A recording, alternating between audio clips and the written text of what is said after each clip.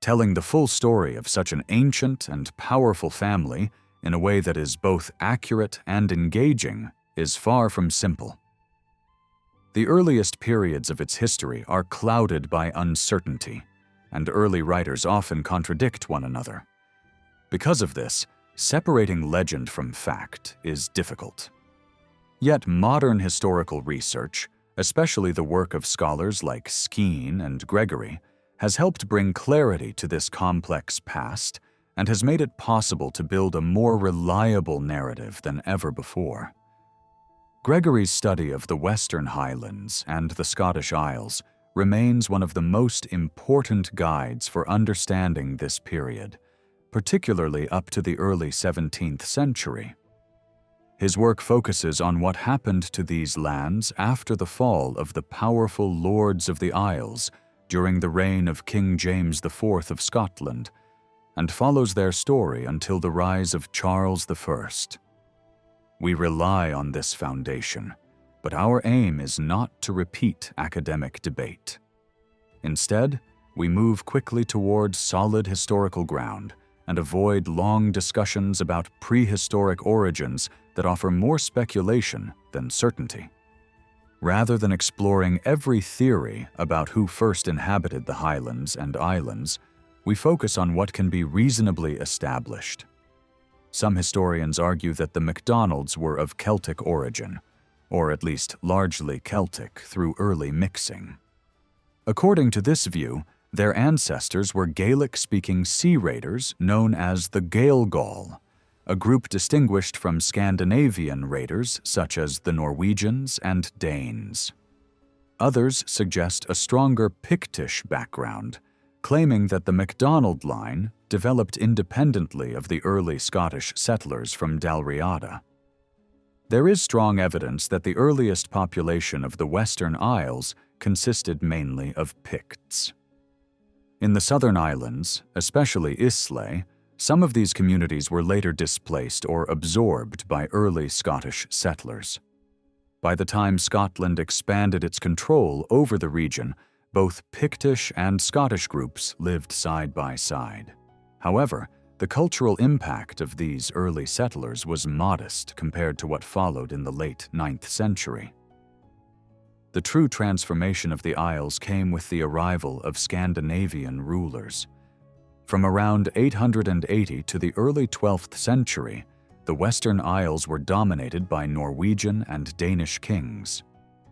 During this period, Norse influence reshaped politics, warfare, and leadership structures across the region. In the early 12th century, the islanders accepted Lagman, the son of the King of Man, as their ruler. His reign was short, and after stepping down, the leadership of the Isles entered a period of uncertainty. Seeking stability, the island chiefs turned to Ireland for support. A temporary ruler was sent to govern during the minority of the rightful heir, Olav, the son of Godred Crovan. This arrangement failed quickly. The regent proved harsh and unpopular, and the island leaders eventually forced him out. He fled back to Ireland, never to return. When Olave finally assumed power, the Isles entered a long period of peace. His reign lasted for decades, marked by stability and strong control over both internal affairs and external threats. Among the Highlanders, he became known as Olaf the Red. After his death, his son Godred the Black inherited the throne. Through Godred's daughter, a new and decisive figure entered the story: Somerled of Argyll. From Somerled emerged a dynasty that would dominate Western Scotland for generations, yet his own origins remain uncertain. Very little is known about his father or grandfather beyond their names. Some traditions trace Somerled's lineage deep into Irish royal history, linking him to legendary warrior kings. Other interpretations suggest Scandinavian roots, pointing to the Norse form of his name. Still, the names of his immediate ancestors are clearly Celtic. and centuries of intermarriage between Norse and Gaelic families make any single explanation incomplete. What is certain is that by Somerled's time, the Western Isles were already shaped by both Celtic and Scandinavian blood. Over time, the Celtic language and culture became dominant, surviving even after centuries of Norse rule. Place names, traditions, and social structures all reveal this blending of worlds. The MacDonalds emerged from this complex background, drawing strength from both traditions and rising to become the most powerful clan in the Western Highlands. We are told by MacDonald family traditions that Gillibride was driven from his lands and stripped of his power. For a long period, he and his son Somerled were forced to live in hiding, taking refuge in a cave in the region of Morvern. Because of this episode, Gillibride became known in local memory as the Man of the Cave. This early hardship shaped the life of Somerled and marked the beginning of his rise from obscurity. Historical clues suggest that Gillibride may have supported Donald Bane, the brother of King Malcolm, in a struggle for the Scottish throne. When the opposing faction finally prevailed, those who had supported the losing side were punished. As a man of influence, Gillibride would have been a natural target. His lands were likely seized, forcing him and his family into exile. Although the exact location of his former holdings is uncertain, it is widely believed that they lay somewhere on the mainland of Argyll. Somerled remained hidden during his early years, but events soon drew him into the open. A band of Norse raiders landed in Morvern, threatening to plunder the district. With no recognized leader to organize resistance, the local people hesitated. Somerled stepped forward, armed only with his bow and sword, and offered to lead them. His presence alone inspired confidence. The people accepted him as their commander and pledged obedience to his orders. Using intelligence and psychological tactics as much as force, Somerled outmaneuvered the invaders. By disguising the size of his force and striking at the right moment, he shattered the enemy ranks. The Norse attackers fled, many losing their lives as they tried to escape by sea. Through this victory, Morvern and Mull were freed from foreign control, and Somerled emerged as a leader of exceptional ability. Building on this success, Somerled moved to reclaim his family's lost lands. He expanded his authority across Argyll and soon became master of a large part of the region. From this point onward, he ruled openly and assumed the title of Lord of Argyll. His rise transformed him into one of the most powerful figures in Scotland, laying the foundation for a dynasty that would dominate the Western Highlands for generations. Many historians agree that the MacDonalds were fundamentally Celtic, though not purely of one branch. Their bloodline appears to combine Irish Celtic and Pictish elements. Early writers referred to them as the Gael, a term that distinguished them from Scandinavian raiders, while identifying them as sea-oriented Gaels. This label suggests that they were long established along the western coasts and islands, separate from both Norse pirates and early Scottish settlers from Ireland. It is likely that the ancestors of the MacDonalds arrived later than the first Dalriadic Scots and settled primarily in the Western Isles. When the Scots conquered the southern and eastern Pictish territories in the 9th century and moved inland, the Gael expanded their presence across Argyll and the surrounding mainland. From that period onward, they became closely linked with the northern Gaelic Picts. Their interests aligned, and together they resisted the growing power of the lowland Scottish monarchy for centuries. This shared struggle explains the deep bonds between the MacDonalds and the Northern Gaels. Their hostility toward the lowland Scots makes it unlikely that they were simply a branch of the Dalriadic Scots. At the same time, their constant cooperation with the Gaelic Picts strongly points to shared ancestry and long-standing intermarriage. While this does not prove a purely native origin, it does rule out simple explanations. Strong signs also point toward early connections with Ireland. Across many centuries, MacDonald leaders repeatedly sought help from Ireland during times of crisis. From Somerled in the 11th century to later chiefs in the 16th, visits to Ireland for military and political support were common. These appeals were not symbolic but practical, and assistance was often provided. Several allied families are believed to have entered Scotland through these connections. Geography further supports this link. Early MacDonald strongholds formed a clear line between Scotland and Ireland. The Isle of Man was one of their most important bases, while Bute, Arran, Islay, and Kintyre were among their earliest seats in Scotland. These locations align closely with traditional sea routes used by Irish settlers and raiders, reinforcing the idea of early movement between the two lands. The MacDonalds themselves believed they had ancient roots in Scotland. In the early 17th century, a leading member of the family described his ancestors as having served the Scottish kings for 1,000 years. Such statements reflect a strong tradition of long-standing presence rather than recent arrival. Taken together, the evidence suggests that the founders of the MacDonald line came from Ireland at a very early stage, settled in the west of Scotland, and gradually replaced earlier powers as circumstances changed. Over time, this group became deeply intertwined with the native northern Gaels. Their bloodlines, alliances, and interests merged until they formed a single people in everything but name.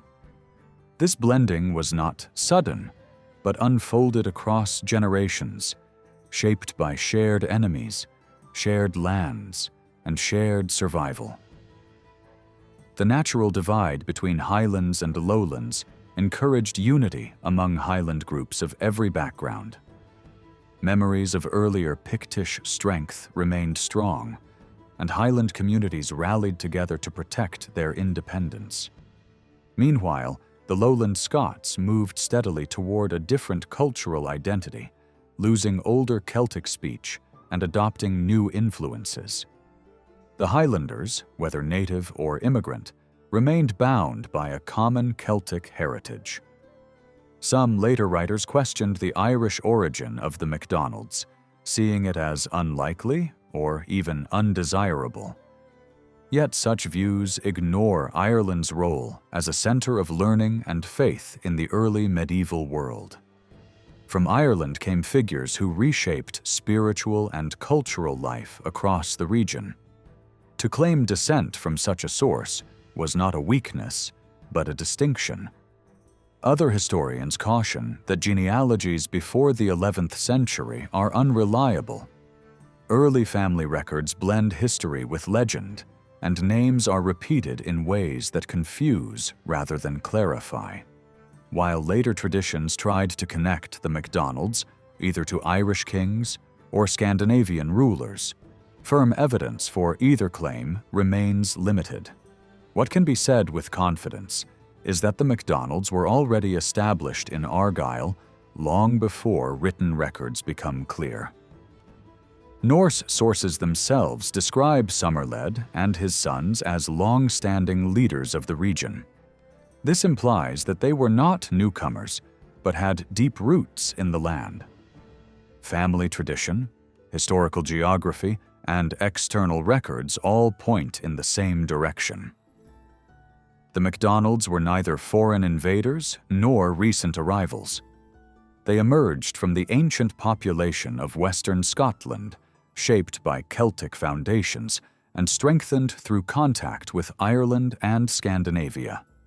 From this complex background arose one of the most powerful clans in Scottish history. In a later section of his work, Skye argues that the Highland clans were not outsiders and did not arrive as foreigners. He says they were part of the original people who had lived in Scotland's mountains for as far back as memory and written record can reach. In his view, they once formed several large tribal groups, each led by hereditary chiefs. Only when those old lines ended and new nobles from the south took their place did the clans begin to appear in the special position and lifestyle that later generations recognized. Skye then adds a striking point. Even though the idea of an Irish or Dalriadic origin was spreading by the early 15th century, he claims an even older tradition was still alive in the Highlands as late as the 16th century. This older belief was different from the later story, and, in Skye's opinion, actually supports his main argument. He suggests it also reveals why the Dalriadic version became popular in the first place. To show that this older tradition existed, Skye points to a letter from 1542 written to King Henry VIII of England by a man calling himself John Elder, a clerk and a Highlander. In that letter, Elder says that the Highland chiefs were commonly known as Redshanks and were described by some writers as Picts. He presents them as people who lived in Scotland long before later legendary arrivals that some storytellers used to explain Scottish origins. Elder also lashes out at the Churchmen of Scotland for rejecting what he calls the older Highland belief. According to Elder, many Highlanders saw themselves as descended from the ancient people of the land, while church leaders promoted a different origin story tied to a separate mythical ancestry. Elder's anger makes it clear that the church-backed version was spreading and becoming dominant, even if older Highland families continued to resist it.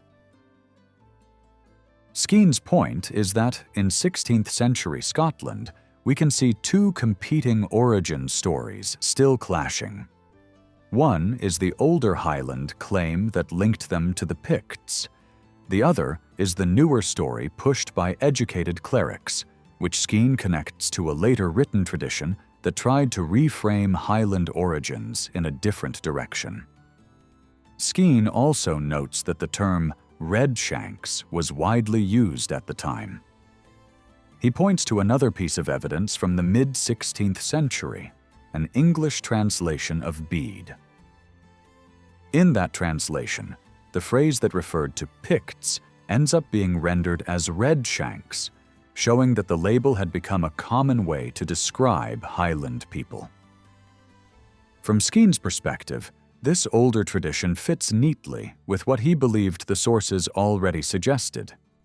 He argues that the earliest Highland memory identified them as native to Scotland's north and west. He also claims the later Dalriadic story gained power because it served political needs and helped one faction's version of Scottish identity win out. Skye traces the spread of the Dalriadic idea to the struggle over Scotland's independence in the early 14th century. He suggests that competing political sides attached their cause to competing origin stories. As one side rose and the other collapsed, the story supported by the winners became the standard belief. Even so, Skye insists that traces of the older Highland view survived into the 16th century. What Skye says about Highland origins in general, we can also apply to specific clans. When we return to the MacDonalds, the overall picture becomes clearer. Even if Somerled's distant ancestry included early settlers from Ireland, that connection would be so ancient and so heavily blended with the native Celtic population of the north and west that it makes practical sense to describe Somerled and his descendants as native Highland in identity and character. Now we move into the life of Somerled himself. Between the death of earlier leaders and the time of Gillibride, Somerled's father, the record becomes thin and uncertain. Stories say Gillibride lost his lands during attacks and political turmoil, with Scandinavian forces playing a major role in the chaos. Some traditions claim he fled to Ireland, gathered support there, and tried to return with a few hundred allies to reclaim what he had lost. The attempt failed, and for a time the family's fortunes seemed broken. Somerled enters the story as someone with a very different spirit. At first, we are told he stayed quiet and hidden, thinking about the fall of his house and waiting for a moment that could be turned into opportunity. That moment arrived when raiders threatened Morvern.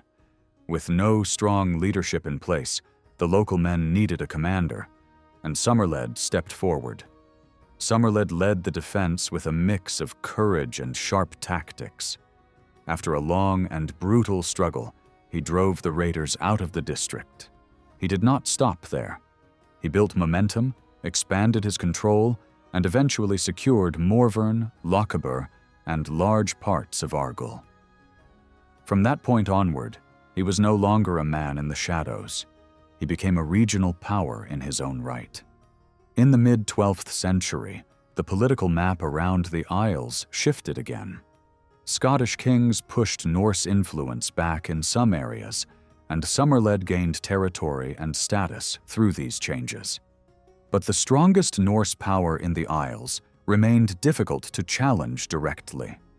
Somerled understood that brute force alone might not be enough to break into island politics permanently. So he turned to a strategy that could change everything: marriage. Around 1140, he married Ragnhild, the daughter of Olave the Red, the Norse ruler connected to Man and the Isles. This alliance mattered because it gave Somerled a dynastic claim and a doorway into the island power structure. Some later storytelling even describes the match as a turning point that eventually fractured the old kingdom of the Isles. After Olave's death, his son Godred the Black took power. Godred returned from abroad, punished the men involved in his father's killing, and secured the throne. Early in his rule, he became involved in conflicts beyond the Isles, and when he came back, his rule grew harsh. He started acting as if no one could challenge him, and that arrogance cost him the loyalty of important island nobles. One of the most powerful figures among those nobles reached out to Somerled and pushed a bold idea: that Somerled's young son, who had royal blood through his mother, should be promoted as a new king for the Isles. Somerled embraced the plan. The noble faction moved through the islands gathering support and hostages, trying to force recognition of the child as ruler. Not everyone agreed. One local leader refused to submit and escaped to warn Godred on Man. Godred reacted quickly, raising a fleet to crush the rebellion. Somerled answered with his own fleet, and the two forces collided in a major sea battle. The fighting was savage and the outcome unclear, but it ended in a negotiated settlement the next day. The agreement split the Isles into two spheres. Godred kept Man and the Northern Islands, while Somerled's family gained control over the Southern Isles. Officially, the territory went to Somerled's sons, but since they were still young, Somerled held the real power as their protector and commander. Even with this division, the wider claim of Norway over the Isles continued in the background, shaping politics like a shadow over every decision. A curious detail from later tradition explains why Kintyre, which is part of the mainland, was often grouped with the Southern Isles. A Norse king is said to have used a clever trick to classify it as an island by hauling a ship across the narrow land strip that connects it. Some historians doubt the story, but Norse sources preserve it, and the practical result is that Kintyre was treated as part of the island sphere for centuries. Not long after the settlement, Somerled struck again. He invaded Man with a large fleet, defeated Godred, and devastated the island. We cannot say with certainty whether this was revenge for a broken agreement or simply Somerled's ambition rising higher. What we do know is that Godred's position was badly weakened. He fled to seek help from Norway and did not return until after Somerled's death in 1164.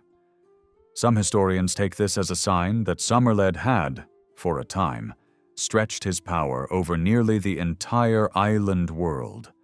Somerled did not sit still for long.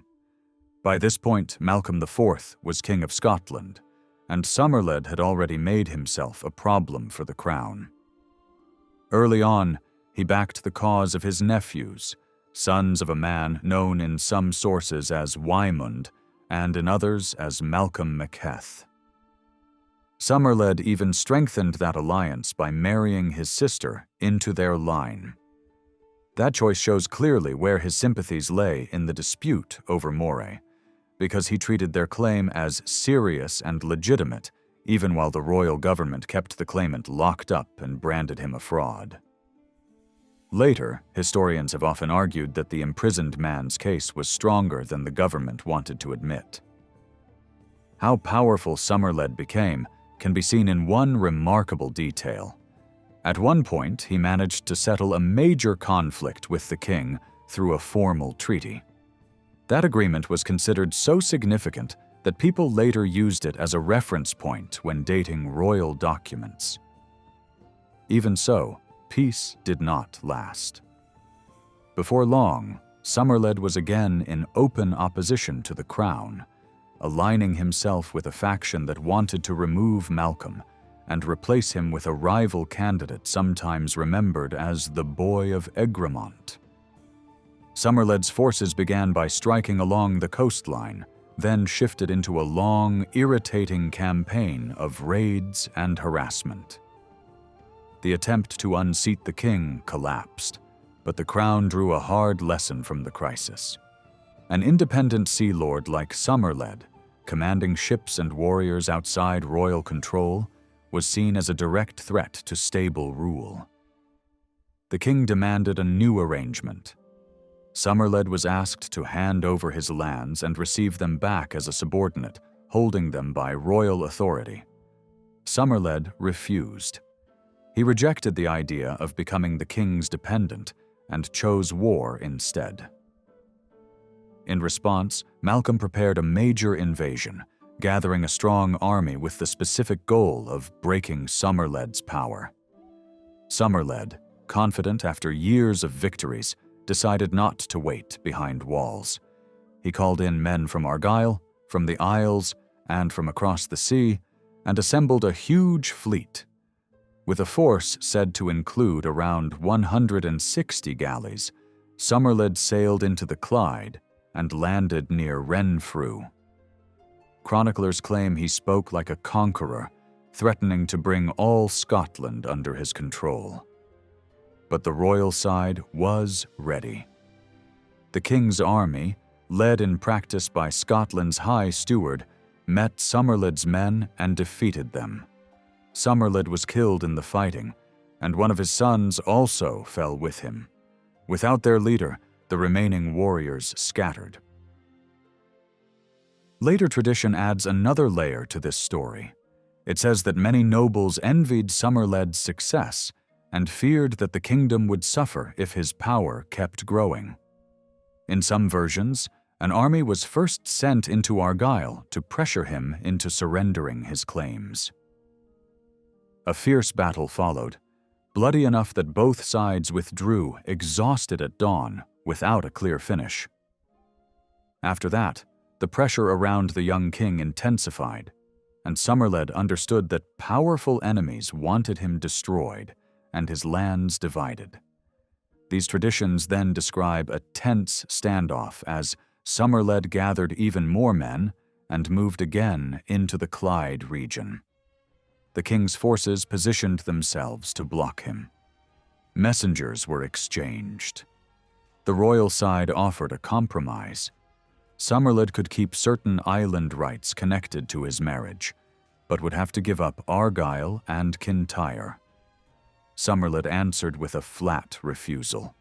insisting he had as strong a claim to mainland lands as he did to the Isles. He framed the dispute as a matter of restoring rights that had been seized long ago, and he declared that he would rather lose everything than surrender what he believed was his. In the same tradition, the king's camp hesitated to fight another full battle, and the story turns darker. Instead of meeting him head-on, Somerled is said to have been killed by an assassin who had access to his tent and whom he trusted.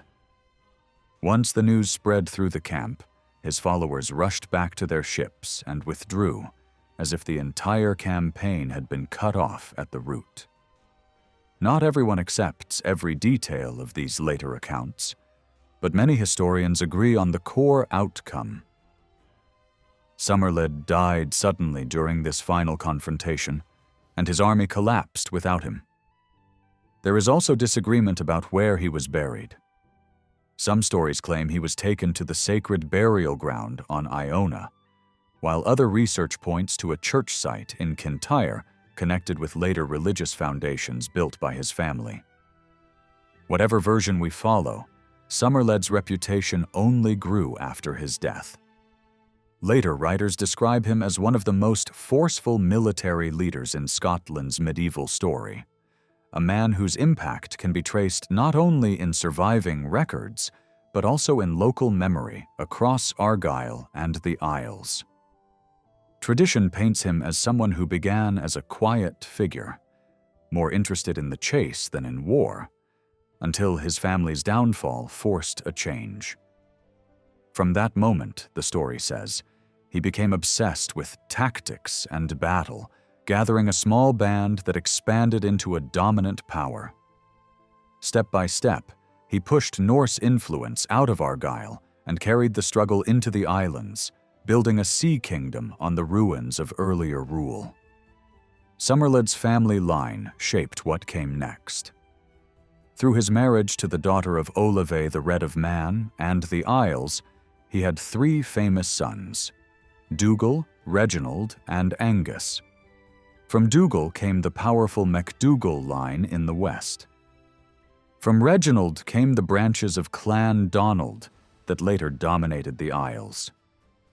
Angus held key lands, but died violently later on, and his descendants became linked by marriage to the highest political families in Scotland. Somerled also had daughters remembered in island tradition, including one said to have held a high religious position on Iona. Sources also suggest Somerled had additional sons, possibly from an earlier marriage, and that his mainland lands were divided among them according to the customs of the time. Meanwhile, the island territories gained through the earlier settlement with Godred were largely associated with the sons tied to the Manx royal connection, giving that branch special weight in the politics of the Isles. After Somerled's death, the historical trail becomes difficult to follow. Some later accounts speak of a second Somerled appearing in the next generation, holding power for a time, but the evidence is uncertain and the stories do not agree. In any case, even writers who mention this figure admit that whatever line he represented faded quickly and did not continue as a lasting ruling branch. What emerges more clearly is the fate of Dougal's line.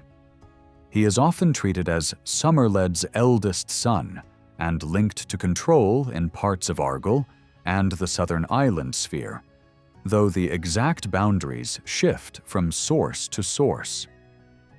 Over time, that line ended in heiresses, and marriage alliances redistributed lands and influence. Later writers describe this as one of the reasons the wider kindred split into major branches, each developing into powerful clans with their own leaders. From here, the story naturally turns toward Reginald's descendants, because through that line, the main branches of Clan Donald rise into view. Somerled's death may have thrown the region into confusion, but his legacy endured. The Isles and the western mainland were never the same again, because he had already proven that a sea lord could challenge kings, redraw borders, and build a dynasty strong enough to outlive him. After Somerled's lands were divided among his sons, the title Lord of the Isles did not work the way people might expect today. In that era, whoever led a major faction could be praised by supporters as King of the Isles. It was more a political label than a single exclusive crown. That is why we see Dougal and Reginald both being called Kings of the Isles, at the same time that a different ruler from another line was styled King of Man and the Isles. In the next generation, Norse writing even mentions 3 Kings of the Isles, from Somerled's own bloodline existing at once. From this, Gregory argues that the Norse use of the word king in the Isles was broader than the Scottish one. It could mean a high-ranking prince, a royal relative, or simply a great lord with major authority, not necessarily the one supreme ruler. Later storytellers and family record keepers often missed this nuance, and that misunderstanding led them to describe certain heirs as if they held a single royal position above all others when the reality was more complex. A major turning point arrived around 1220. King Alexander II marched into Argyll and firmly pulled the region under royal control. Some accounts say a later Somerled figure was pushed out during this campaign and died not long afterward. Alexander's larger goal was clear. He wanted to break the independent power of the Western Sea Lords and prevent the Isles from acting like a separate kingdom. To do this, the crown offered a deal. Island and coastal chiefs who submitted would keep their lands, but they would now hold them directly under Scottish royal authority. Those who refused were replaced. The king brought in families from nearby groups, settled them on contested lands, and supported them as the new holders. Around this period, Highland families began to adopt stable surnames more widely, and we start seeing names recorded more clearly across the West. At the same time, Argyll was reorganized under royal administration. A sheriff system was established, and a powerful local house gained a lasting advantage through these new arrangements. The northern part of Argyll was also rewarded to a major ally of the crown, the Earl of Ross, strengthening royal influence further inland and tightening the net around older independent chiefs. From Reginald, who was one of Somerled's key heirs, 2 enormous branches grew. One line came through his son Donald and became known by the name MacDonald.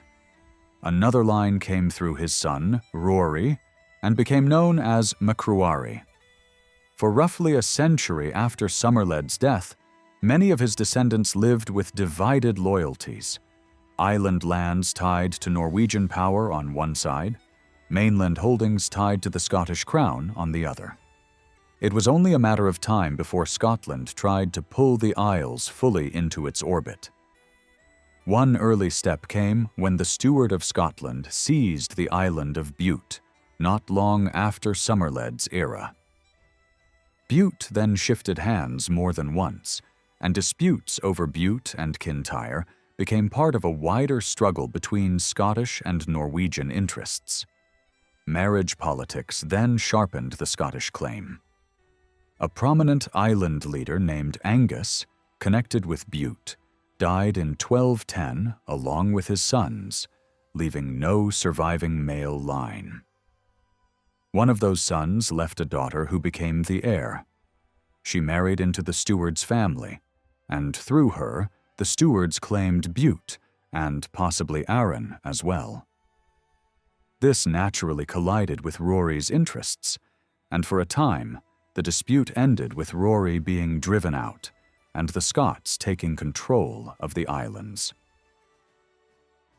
There is debate over whether Rory or Donald was the elder son of Reginald, but it matters less than what happened next. Rory's descendants eventually ended in a female heir named Amy. She married John of Islay, a later MacDonald leader. Through that marriage, Rory's lands and claims flowed into the MacDonald line. In practical terms, the main inheritance of Somerled's house consolidated into the descendants of Donald, who became the dominant branch. Rory's side of the family also produced men remembered for aggressive seafaring. One of them became notorious as a raider whose voyages and attacks filled the stories of the age. His sons appear in the records as island lords, sometimes cooperating with Norwegian kings.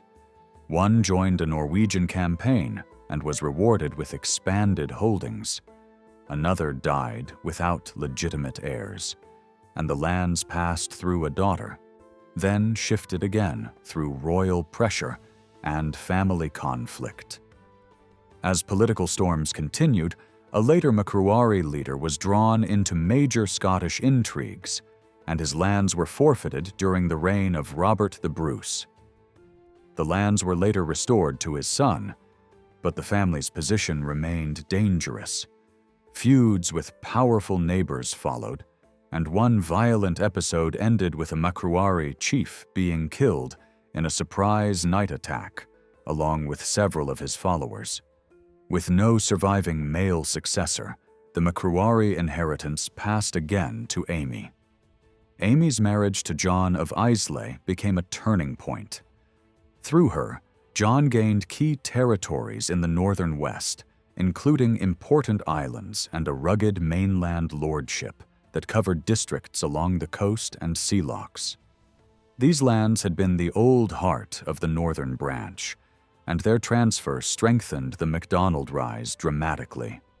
Reginald himself is difficult to track cleanly because another major ruler of the same name appears in the same era in the wider Norse world.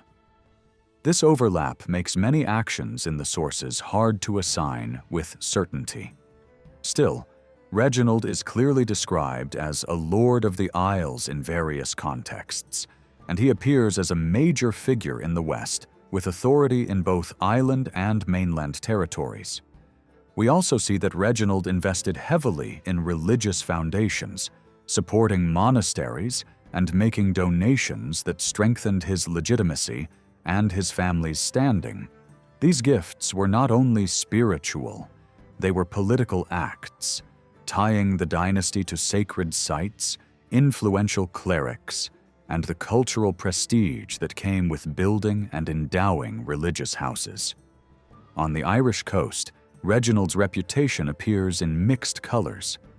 Some traditions present him as a respected figure who could mediate disputes, while other records describe raids by his sons with fleets that struck coastal towns and devastated countryside.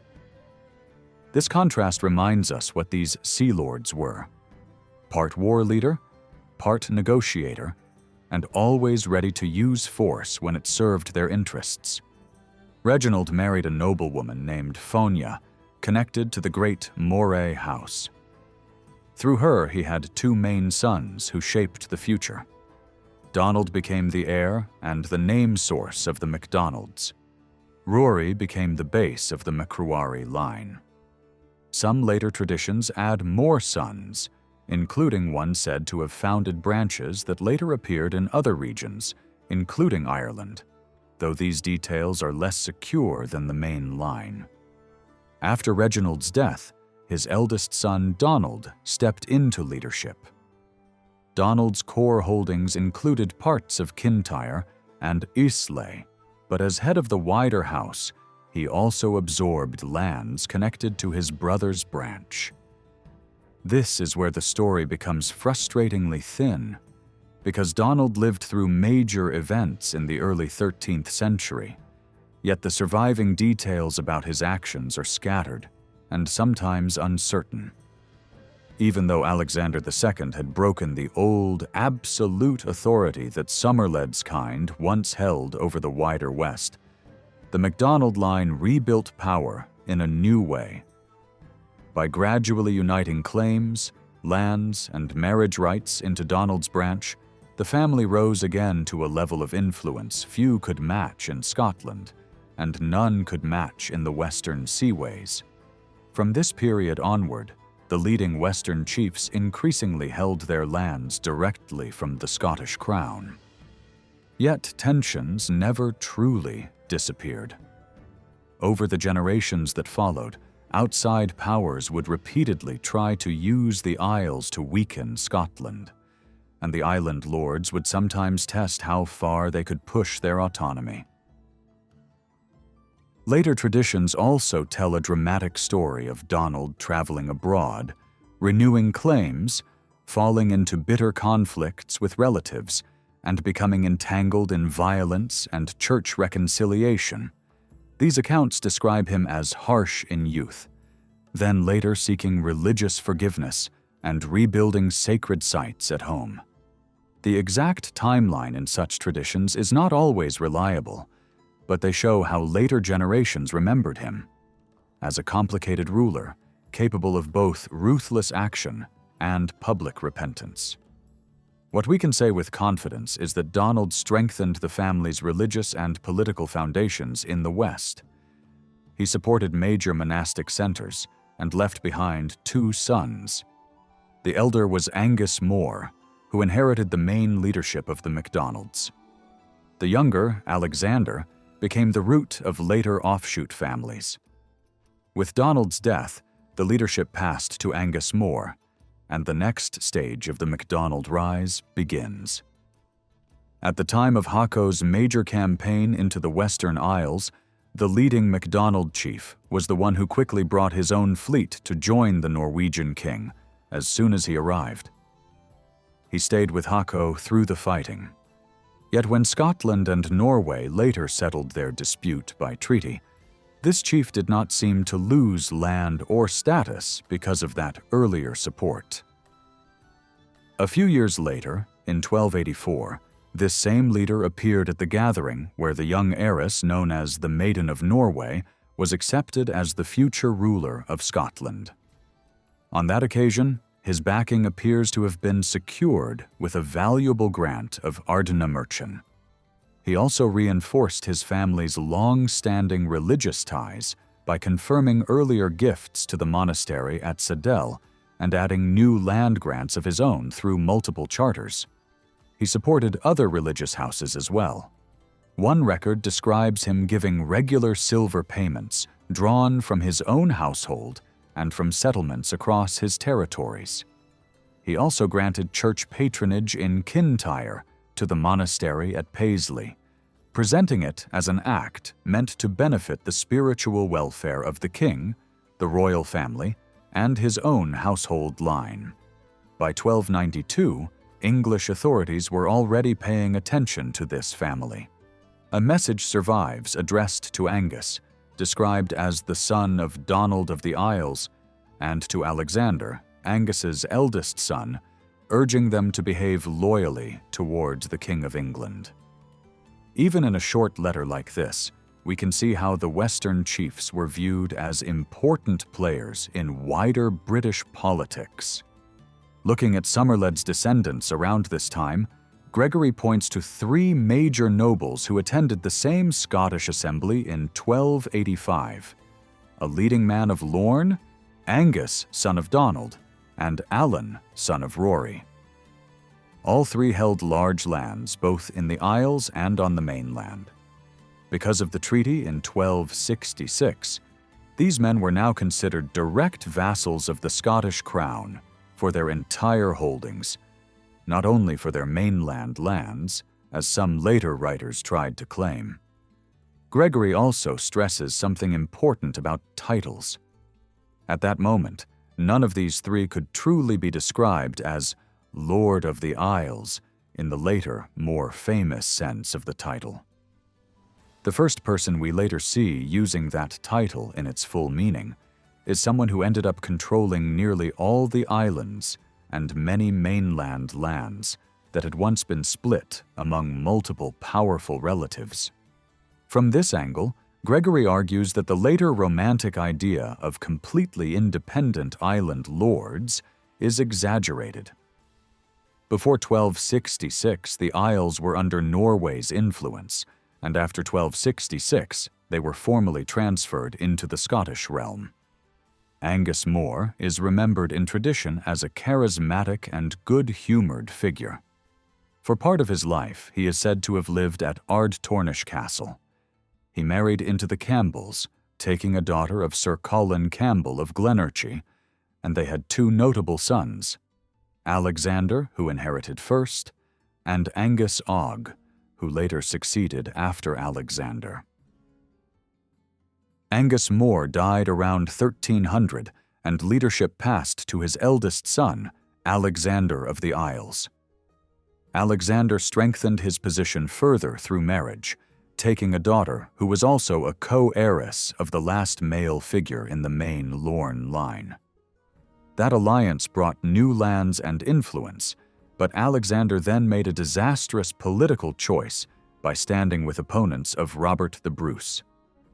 When that anti-Bruce coalition collapsed, Alexander was swept into the ruin that followed. After the defeat of the Lorne faction, Bruce moved directly against Alexander. The king advanced into the west, crossed the narrow land route at Tarbet, and attacked Castle Swine, one of Alexander's key strongholds. Alexander could not hold out. He surrendered and was imprisoned in Dundonald Castle, where he eventually died.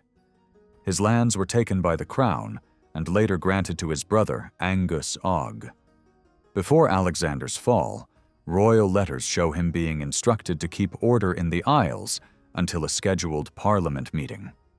He also appears in documents confirming religious grants, with major witnesses from the Bruce Circle, which shows that for a time he was operating within the recognized political framework even as tensions grew. After Alexander's death, the leadership passed to Angus Og, and this decision changed the future of the clan. Angus Og sided with Robert the Bruce from the very beginning of the struggle against English domination.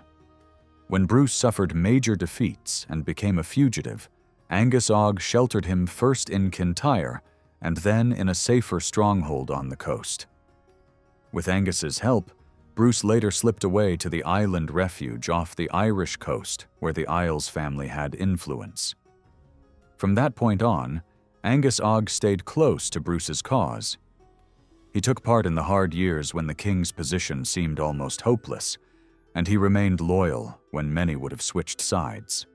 When the tide finally turned, Angus Og and his warriors were present at the great victory that secured Scotland's independence. Tradition describes him commanding a strong reserve of Highland fighters, organized under multiple chiefs, and fighting with an effectiveness that became legendary. As a reward, Bruce granted Angus Og major lands that had been forfeited by defeated rivals. These rewards included Lochaber, along with important districts and several islands that had once belonged to the Lorne sphere. Bruce understood the risk of creating a powerful Western vassal, but Angus Og's loyalty during the king's darkest hours was too important to ignore. To balance that power, the crown also strengthened key fortifications in Kintyre and kept certain strategic castles under direct royal control, placing royal garrisons in positions that could block any sudden change of loyalty in the west. This era reshaped the entire map of Western Scotland. The Lorne house, closely tied to the common and Balliol side, was broken. The Islay line and the Northern Ireland branch supported Bruce and Goind. Lands were redistributed, feuds shifted, and the Islay MacDonalds rose to become the strongest power in Argyll and the Isles before Bruce's reign even ended. Angus Og's marriage also linked the Isles to Ulster. He married Margaret, daughter of Guy O'Cathan, and later tradition claims that many men and minor leaders came with her as part of the marriage settlement, some of whom were said to become founders of local families in Scotland. These lists in later manuscripts are colorful but not always dependable, because the writers often tried to glorify their own side. One popular tradition from that same source tells a dramatic story about the early rise of the Macleans. It describes a tense embassy a humiliating insult at a meal, and a revenge killing. In the story, the MacLean brothers use the moment to capture Angus Og by surprise, then realize they are in danger from their old patrons and switch allegiance to save themselves. Angus Og is then said to reward them with land and offices, turning former enemies into useful allies. Whether every detail is true or not, the story captures the unstable politics of the Isles, where alliances could flip overnight. The same tradition describes how the lords of the Isles were publicly installed.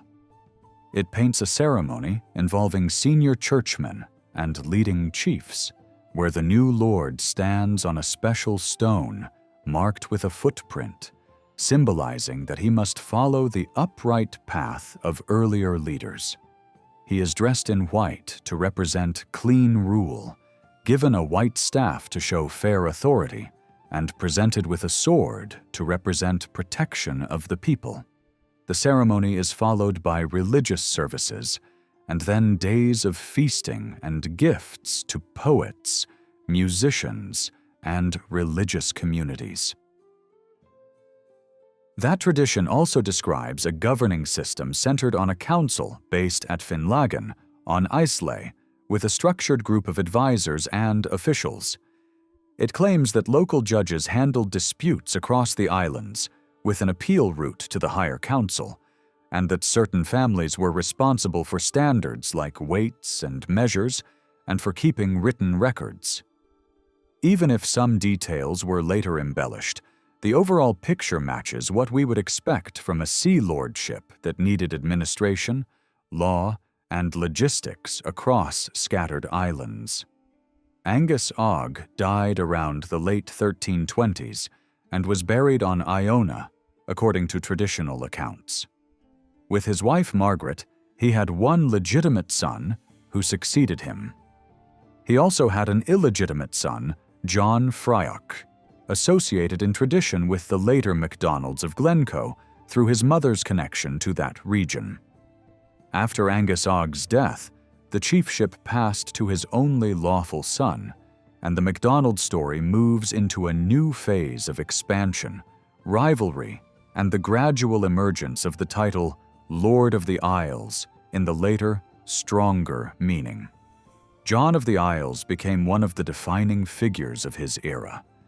Every serious account agrees that he was unusually sharp-minded for a Highland leader, and that he advanced his kindred more through negotiation, marriage links, and political timing than through constant warfare.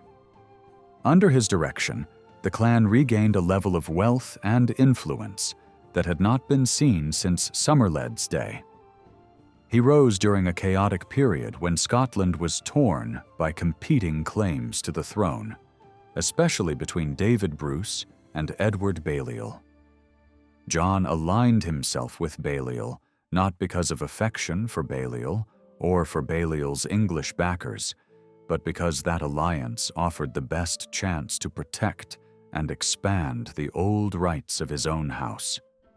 The Sea Lords of the West had long acted as if they stood apart from the Scottish crown, and John judged that helping Balliol against Bruce could strengthen that semi-independent position. Bruce would never accept a rival authority inside his realm, but Balliol was willing to flatter John's ambitions and put promises into writing. Balliol did more than offer friendly words. In 1355, he issued a charter that confirmed John's existing lands and added a sweeping list of territories, including major islands and large mainland districts such as Kintyre and Knapdale. In exchange, John pledged loyalty to the Balliol cause. The calculation was simple. If Balliol's side triumphed, the Lord of the Isles would be left largely free to rule the West as he pleased, and could revive the old claim of independence whenever it suited him. John also cultivated the English crown directly. He visited England in 1338 and was received by Edward III. Some accounts say he acknowledged vassal status there, which would have been a powerful signal in an age when political survival often mattered more than consistent allegiance. Another pressure pushed him toward Balliol's camp, a dispute over lands that had earlier been granted by the Bruce side to Angus Ogg. John clashed with the Regency government over these territories, and that conflict became one of the main reasons he leaned toward Balliol and the English interest. Balliol further strengthened him by granting the wardship of Lochaber until a young heir of Atholl came of age, giving John practical control in a region that had once been lost by his family when Bruce rose to power. Edward III confirmed these arrangements in the 1330s, which gave them even greater weight. Despite all that, Scotland eventually shook off Balliol and resisted English domination. The Regency succeeded in restoring the kingdom's independence, and Balliol's position collapsed. Yet John was so powerful in the West that he did not pay a heavy personal price once David II returned from France to rule in his own name. David's strategy was to pull strong nobles back into the royal orbit rather than start endless blood feuds. So a temporary settlement was made with John, and for the first time in many years, the island chief was not openly fighting against the Scottish king. Even so, there was a moment when John appeared to be forfeited, and some of his lands were promised to a kinsman associated with Ardnamurchan. That plan did not fully take effect. John and his allies resisted strongly, and David, who wanted unity for renewed conflict with England, chose reconciliation. The result was a major compromise. John was confirmed in a broad set of islands and mainland districts, while another powerful relative, Ranald, received a northern block of islands and the mainland lordship tied to Garmaran. Under this agreement, John held key islands including Islay, Giga, Jura, Colonsay, Mool, Coll, Tyrre, and Lewis, along with mainland areas such as Morvern, Lochaber, Duror, and Glencoe. Ranald held islands such as Uist and Barra, along with Eigg, Rum, and the lordship of Garmaran. Garmaran included mainland districts like Moidart, Arisaig, Morar, and Knoydart. Other contested regions shifted back to earlier holders, and some territories remained under direct crown control. The settlement was practical rather than perfect, designed to prevent a larger war. Soon after, the northern branch suffered a brutal blow. In 1346, Ranald was murdered at Perth by the Earl of Ross, a killing connected to wider feuds and disputed obligations. Ranald left no children, so his sister Amy became his heir. Because Amy was married to John of the Isles, her inheritance flowed into John's hands. By joining her northern lands to his own southern power base, John was able to claim a new status in the West. This is when the title Lord of the Isles begins to appear clearly attached to him in surviving records, marking the creation of a larger island lordship that combined multiple Somerled-descended territories. This new concentration of land and influence alarmed the Scottish government. Even though John was not openly hostile to King David at that moment, officials feared what could happen if the old Somerled dominion reformed under a single brilliant leader. The government tried to block his full claim to Amy's inheritance, and after Amy died, they used her death as a chance to challenge John's right to her lands. They even questioned whether the marriage itself could be treated as fully valid in law. Predictably, this enraged John and pushed him back toward opposition, and for a time he drifted again toward the Balliol and English side. But wider international events distracted the English king, and a settlement between Scotland and England prevented John's renewed resistance from escalating into a decisive national crisis. Then Scottish politics shifted again in a way that changed everything. Earlier, the court and the main Scottish leadership had generally resisted English dominance, while the Balliol faction represented a rebellious minority tied to English power. John often ended up on the opposing side because the government repeatedly tried to curb his influence. When the opposition faction happened to be pro-English, John naturally appeared among them, even if his real motive remained the defense of his own autonomy. After David II returned from captivity in 1357, the situation flipped. David increasingly leaned toward English arrangements, while many nobles who had defended Scottish independence became opponents of the king's policy. Once the royal faction began to look like the English-leaning side, John broke away from the camp he had previously shared and moved toward the independence-minded nobles. The Steward of Scotland led this opposition and strengthened the alliance by arranging John's marriage to his own daughter. From that point, John stood firmly with the Steward's party. Tensions rose sharply in the mid-1360s. Heavy taxes were demanded to pay the king's ransom. Resentment spread, and David's jealousy of the steward erupted into open hostility, including the imprisonment of the steward despite his status as the king's acknowledged successor. Northern lords refused taxes and ignored repeated summons to Parliament, acting as if they were independent. This unrest dragged on until David finally called on the steward to restore order. The steward worked to calm the rebellion without appearing to be the kingdom's enemy. He managed to bring several nobles back into obedience, but John of the Isles held out. Protected by distance and by the natural defenses of his island and coastal territories, he treated royal power with open contempt. When Scotland's international position improved and a peace with England allowed the crown to focus inward, David decided to move personally against the Western rebels and demanded the attendance of the realm's great men. At that moment, the steward saw the danger. If the Isles stayed in revolt, it could destroy the opposition party as well as destabilize Scotland. Using his influence as John's father-in-law, he persuaded John to meet the king at Inverness and submit. A formal agreement followed. John pledged to obey royal authority, share public burdens, and help suppress any future rebels who challenged the crown. To guarantee compliance, he swore an oath and provided hostages from his own family line, placing them under royal control as security for good behavior. When the steward later became king as Robert II, John's relationship with the crown shifted from confrontation to partnership. John remained largely peaceful during this reign, much as earlier island chiefs had been during the strongest royal periods. The government learned that binding the Western lord by marriage, negotiation, and legal recognition could be more effective than costly campaigns.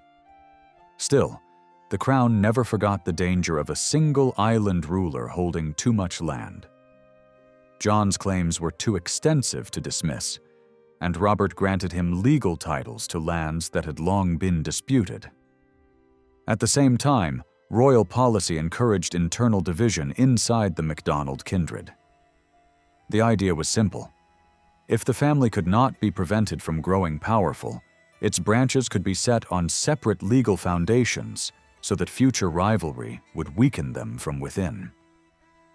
This is where the family's internal split becomes crucial. John had children by 2 marriages.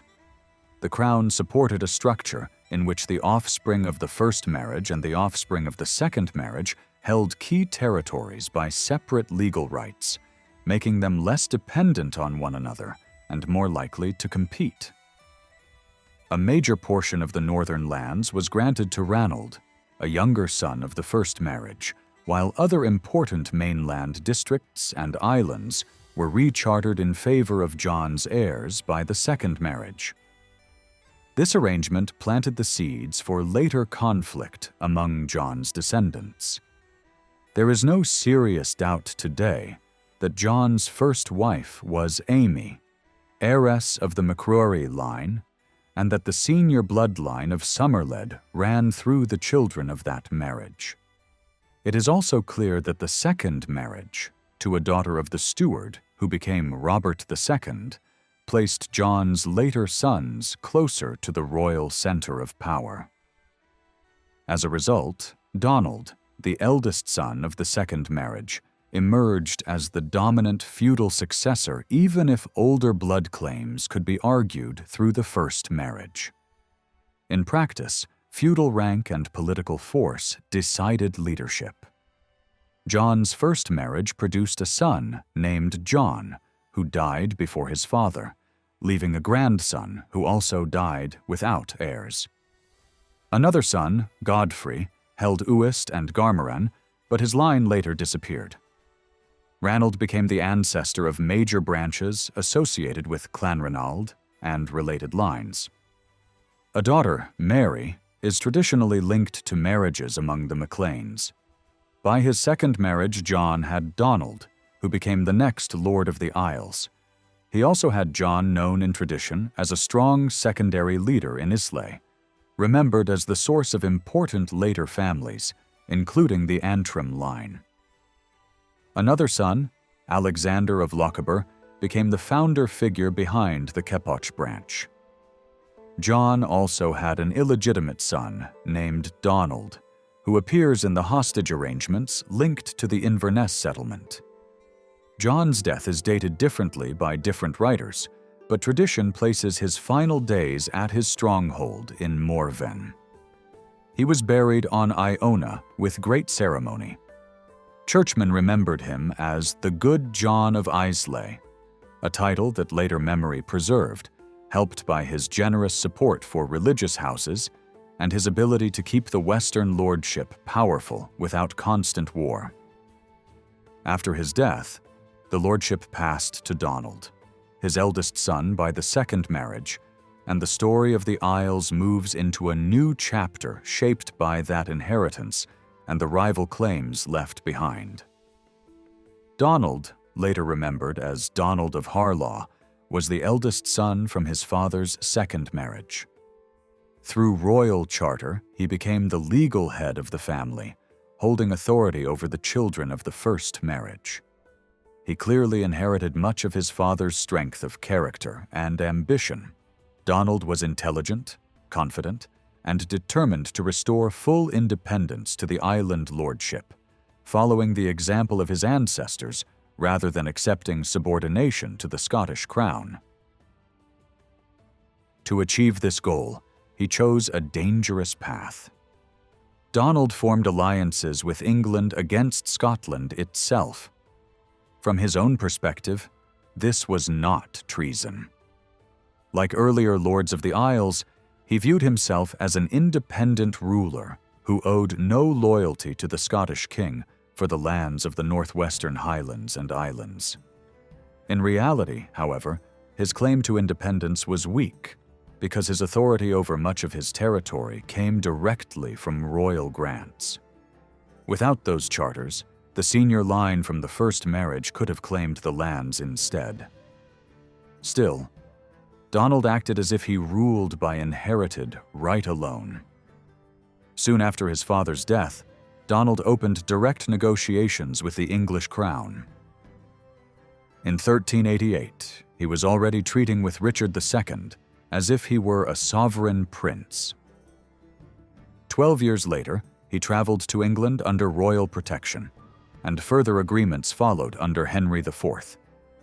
These arrangements allowed Donald and his brother John to enter England with armed followers and discussed lasting peace and alliance between them and the English king. Such diplomacy shows how openly Donald presented himself as an independent power. A few years later, Donald moved from diplomacy to open action. His marriage to Mary Leslie, the daughter of the Countess of Ross, placed him at the center of a major inheritance dispute. When Mary's niece entered religious life and surrendered her rights, the earldom of Ross was claimed by the Duke of Albany and his family. This move bypassed Mary entirely, even though she was the rightful heir by blood. Donald saw clearly that if Albany kept control of Ross, it would never return to his wife or their children. Donald therefore acted decisively. He argued that by withdrawing from secular life, the former heiress had effectively removed herself from succession. On that basis, he claimed Ross through his wife and demanded recognition. The regent refused, not because Donald's claim lacked logic, but because allowing Ross to fall into his hands would create a power too great for the crown to control. Political security mattered more than legal fairness. Donald responded as a war leader, not a petitioner. He gathered a massive force drawn from the Isles and the Western Highlands and advanced into Ross. The local population offered little resistance. When he reached Dingwall, he faced opposition from Angus Mackay of Somerled, but Mackay was defeated and captured. At that moment, Donald effectively controlled the entire earldom. Instead of stopping there, Donald marched south into Moray and Aberdeenshire. This revealed that his campaign was about more than Ross alone. His advance brought him face to face with a lowland army led by the Earl of Mar.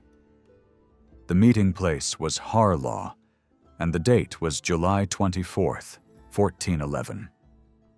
What followed would become one of the most famous battles in Scottish history. The forces were uneven in character. Donald's army was far larger, filled with Highlanders and Islanders driven by loyalty and tradition. Mar's army was smaller but heavily armored, disciplined, and composed of lowland nobles. The clash that followed was brutal and chaotic. Highland warriors charged with terrifying cries, while armored knights met them with spears, axes, and steel discipline. Both sides suffered terribly. Entire noble families were wiped out in a single day. Many leading lowland houses lost fathers, sons, and brothers together. The battlefield was soaked in blood, and nightfall ended the struggle rather than victory by either side. Although later writers argued endlessly about who won, the truth is that the cost was devastating for Scotland as a whole. Donald withdrew his army without pursuit. News of the battle shocked the government. The Duke of Albany personally led a royal force north, retook Dingwall, and pushed Donald back towards the islands. The following year, fighting resumed briefly, but the balance had shifted. Donald was forced to abandon his claim to Ross, accept royal authority, and provide hostages as a guarantee of obedience. Despite this setback, Donald's leadership within the Isles remained strong. No serious internal rebellion followed. Although older claims existed from the senior branch of the family, the Islanders accepted Donald's rule. His generosity, confidence, and authority secured loyalty, and opposition faded quickly. Later, even the Crown would quietly acknowledge the strength of Donald's claim. His descendants would eventually regain Ross, and his control of the territory in 1411 was real enough that many later writers considered him the first Earl of Ross from the MacDonald line. Donald's later years were quieter. He remained a powerful figure, respected and feared, but the failure of his wider ambitions marked a turning point. His long-standing alignment with England would be repeated by later lords of the Isles, and that policy would eventually lead to the destruction of the lordship itself. Donald died in the early 15th century at his stronghold in Morvern. He was buried on Iona with the traditional ceremonies of his house. Through his marriage to Mary Leslie, he left 3 children. His eldest son, Alexander, would inherit the lordship of the Isles, and later the earldom of Ross. Another son entered the church and became Bishop of the Isles. His daughter married into the northern nobility, strengthening family ties. With Donald's death, leadership passed to Alexander. marking the beginning of a new and even more dangerous chapter in the struggle between the Lords of the Isles and the Scottish Crown. After the arrests in the north, the young Lord of the Isles was taken south as a prisoner. Some accounts place his captivity in Edinburgh, others in Perth. It did not last long, and he was eventually released. But the moment freedom returned, his next steps made one thing obvious. The humiliation of being trapped and jailed had cut deeply, and he intended to answer it. Around this time, confusion surrounded the fate of his mother, the Countess of Ross. Some writers claim she had already died. Others insist she was accused in 1429 of pushing her son toward violence, then seized and held at Inchcolm in the Firth of Forth for more than a year. A later document complicates that story because it shows her son using the title Earl rather than Master of Ross by late 1429. That title shift could have happened while she was still alive, especially if she was being held as a state prisoner, and he needed every advantage to rally the vassals of Ross for an attack aimed at the lowlands. He soon gathered a huge force from Ross and the islands, roughly 10,000 men, and marched straight to Inverness. There he struck at royal property, destroyed crown lands, and burned the town in revenge for the earlier betrayal he believed he had suffered there. His men tried to take the fort as well, but it held out under firm defense. When the assault failed and danger grew, he pulled back quickly toward Lochaber. The king reacted immediately. As soon as the news reached him, he raised an army with unusual speed and led it personally into the west. He arrived in Lochaber sooner than expected and caught the island leader off guard. At that moment, the balance of loyalty collapsed. The clan Chattan and the Camerons, who had marched with the Lord of the Isles, switched sides to the king. The royal army attacked, scattered the islanders, and pressed them so hard that their leader had no choice but to ask for peace. The king refused any deal that looked like bargaining. Only total surrender would be accepted. The Lord of the Isles would not agree to that, so the king returned south but left strict orders behind. His commanders were told to hunt the rebel chief relentlessly. Under pressure, and with no safe path left, the Earl finally chose a dramatic act of submission. On Easter Sunday, while the king, queen, and court were attending worship at Holyrood, the Lord of the Isles appeared before the high altar in a deliberately humble state. He came barefoot and half-dressed, holding a naked sword by the tip and offering it forward as a sign of obedience. He knelt, asked for mercy, and publicly placed his life in the king's hands. The scene moved the court. The queen and the nobles pleaded, and the king allowed emotion to overrule harsher judgment. The king spared him, but did not trust him. The earl was sent to Tantallon Castle and placed under guard. That decision enraged the clan. Many followers saw it as an intolerable insult, and the Isles rose again under Donald Balach, a close kinsman of the imprisoned lord. Donald Balach gathered the fighting strength of the kindred and marched into Lochaber. There he met royal forces led by major nobles. A hard fight followed. The king's side suffered a severe defeat. One leading commander was killed, and the rebels returned to the Isles carrying rich plunder and celebrating victory. The king then marched north again and reached the west coast. Donald Balach escaped overseas to Ireland. After further clashes, many Highland leaders gave in and submitted. Others were captured and executed in large numbers. When the king felt the rebellion had been broken and the danger reduced, he released the earl from Tantallon, granted a wide pardon, confirmed his titles and lands, and even handed him the lordship of Lochaber, which had previously been awarded elsewhere. some later writers mixed up Donald Balloch's identity. He was not the son of Reginald of Glengarry. He was the son of John More, the brother of Donald of Harlaw, and he stood in the line that later produced the Antrim MacDonalds. Another mistake followed soon after. A severed head was sent to the king from Ireland, claimed to be Donald Balloch's. The court accepted the claim. But Donald Balloch was not dead. The message was a trick meant to halt pursuit and calm the king into ending the hunt.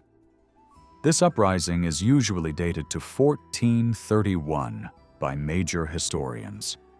The government treated it as a national emergency and raised heavy taxation to fund resistance against northern rebels.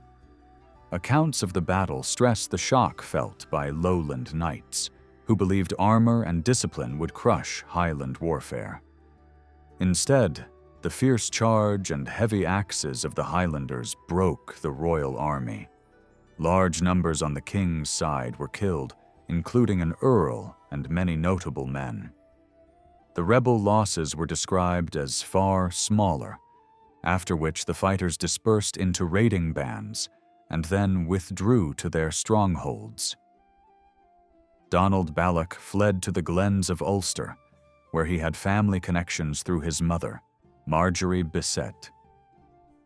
In the chaos, he also punished the clan Chattan and the Camerons for abandoning his cause earlier. Meanwhile, many lesser leaders tried to save themselves by blaming everything on Donald Balloch, claiming they had been unable to resist him. Back in Scotland, the king received the head and believed the rebellion's main leader was finished. But Donald Balloch outlived the king by many years. That confirms the head sent to Scotland was part of a calculated deception designed to stop further pursuit.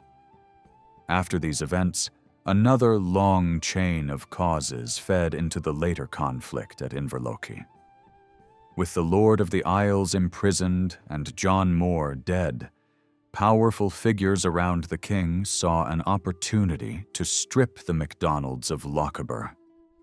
A major noble was granted those lands and gathered a coalition army from northern and eastern leaders and rival clans. Some MacDonald vassals, believing the Lord of the Isles was finished, joined the royal side out of fear and greed, convinced the king would protect their holdings. Donald Balloch then became the rallying point for the Loyalists. Still very young, he gathered the men who stayed true to the MacDonald interest and moved into position by sea. He chose a small, hard core of fighters, mostly gentry and freeholders, and landed near Inverlochie. At the same time, Alistair Carrack, an older kinsman holding eastern Lochaber, took the high ground with a small force of archers, waiting for reinforcements and ready to strike. The royal camp believed the enemy was too small to matter. Confidence turned into carelessness. While some leaders delayed, the island force closed in fast. When battle opened, Donald Balloch organized his men into a main body and a forward line, with trusted captains leading each part. At the critical moment, Alistair Carrack's archers swept down from the hill and poured arrows into the flank of the royal army. The shock broke the formation and forced a retreat. A leading noble on the king's side was killed, along with many of his men, and an important chief was captured. The rebels claimed a crushing victory and took very light losses compared to their opponents. The defeat scattered the royal commanders. One noble was wounded and spent days hiding in the hills, with almost nothing to eat or drink. He survived through the kindness of common people and escaped only by disguise and desperate marching. The story became famous as an example of how quickly high status can collapse in war, and how survival can depend on the poorest hands. In the years that followed, the Earl of Ross and Lord of the Isles gained high office in Scotland for a time, holding authority north of the Forth. Even so, old grudges remained. The Earl used power to punish enemies and reward loyal supporters, and rival clans paid the price for earlier betrayals. Alexander of the Isles also built political alliances through marriage and family ties, producing heirs who would carry the struggle forward. When he died in 1448 at Dingwall, leadership passed to his son John, the last Lord of the Isles. John inherited a storm. Old alliances with powerful southern magnates flared into open rebellion after his father's death. John raised a large island force, seized key royal castles in the north, and openly claimed independence. Strongholds were garrisoned, supplies were stored, and the north became a real front against the crown. In the south, the king's attention was pulled into a deadly showdown with the Douglas faction. The conflict exploded so violently that the king killed the Earl of Douglas with his own hand during an argument. After further fighting, the Douglas power was shattered in battle. Surviving Douglas leaders fled west, and the Earl of Ross sheltered them, keeping faith with his rebel partners. Ross then launched a large sea raid. A fleet of about 100 galleys carried thousands of men toward the west coast to stir unrest and put pressure on the crown. The attack achieved little strategically, but it devastated islands and coastal districts. Plunder was enormous, with livestock and horses driven away in vast numbers. Fortifications were stormed and destroyed, and tribute was forced from weaker communities. When the campaign failed to change the political situation, Douglas returned to England. Ross suddenly stood alone and began to fear the consequences. He sent a submissive message to the king asking forgiveness and offering to repair the damage. The king refused at first, then offered a harsh test: prove loyalty through service and time, and only then earn full restoration. Soon afterward, Ross was given posts that carried prestige, but also served a political purpose. By placing him in duties far from the Isles, the crown could weaken his control at home. When the king marched to Roxburgh, Ross came with thousands of his men and promised he would take the first order of battle if England was invaded. The offer made a show of loyalty, but events moved too fast. The king died in an accident during the siege, and power shifted again. With a child king and a weaker government, Ross judged that control was loosening. He revived his alliance with the exiled Douglases, and then went further, opening negotiations with Edward IV of England. In 1461, he held council at Ardtornish and authorized close relatives to speak with English officials as if he were a sovereign ruler. In early 1462, an agreement was concluded in England that laid out a plan for conquering Scotland with English help, dividing the realm and rewarding the rebels with land and money under English overlordship. The deal promised payment in peace and higher payment in war for the Lord of the Isles and his key supporters.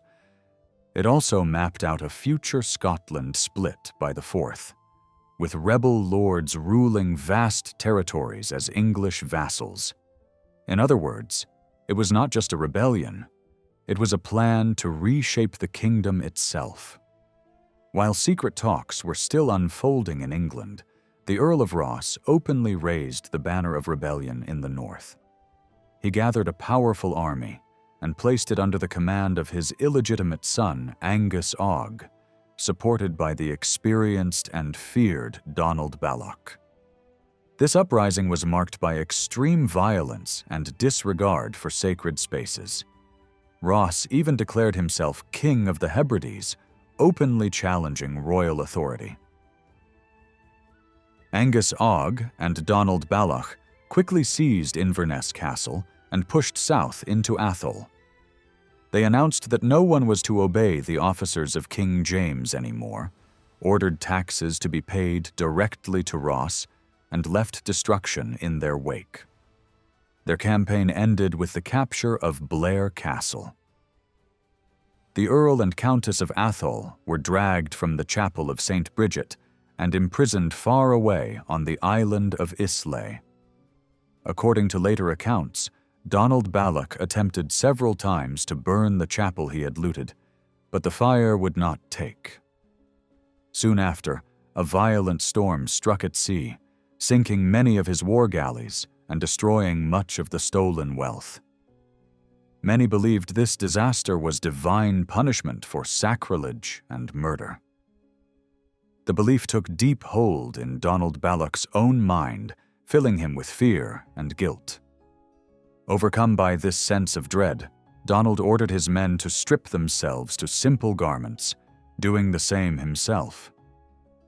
Barefoot and humbled, they carried the remaining plunder back to the chapel they had defiled and performed public penance before the altar. Shortly afterward, the Earl and Countess of Atholl were released. Despite the scale of the expedition, its true goal, freeing the young Donald Dubh from captivity, was not achieved. During this period, Ross acted as if he were an independent ruler. He claimed full authority over Inverness and Nairn, which then covered much of northern Scotland. How this rebellion was finally brought under control is unclear, but Ross was summoned before Parliament on charges of treason. He failed to appear.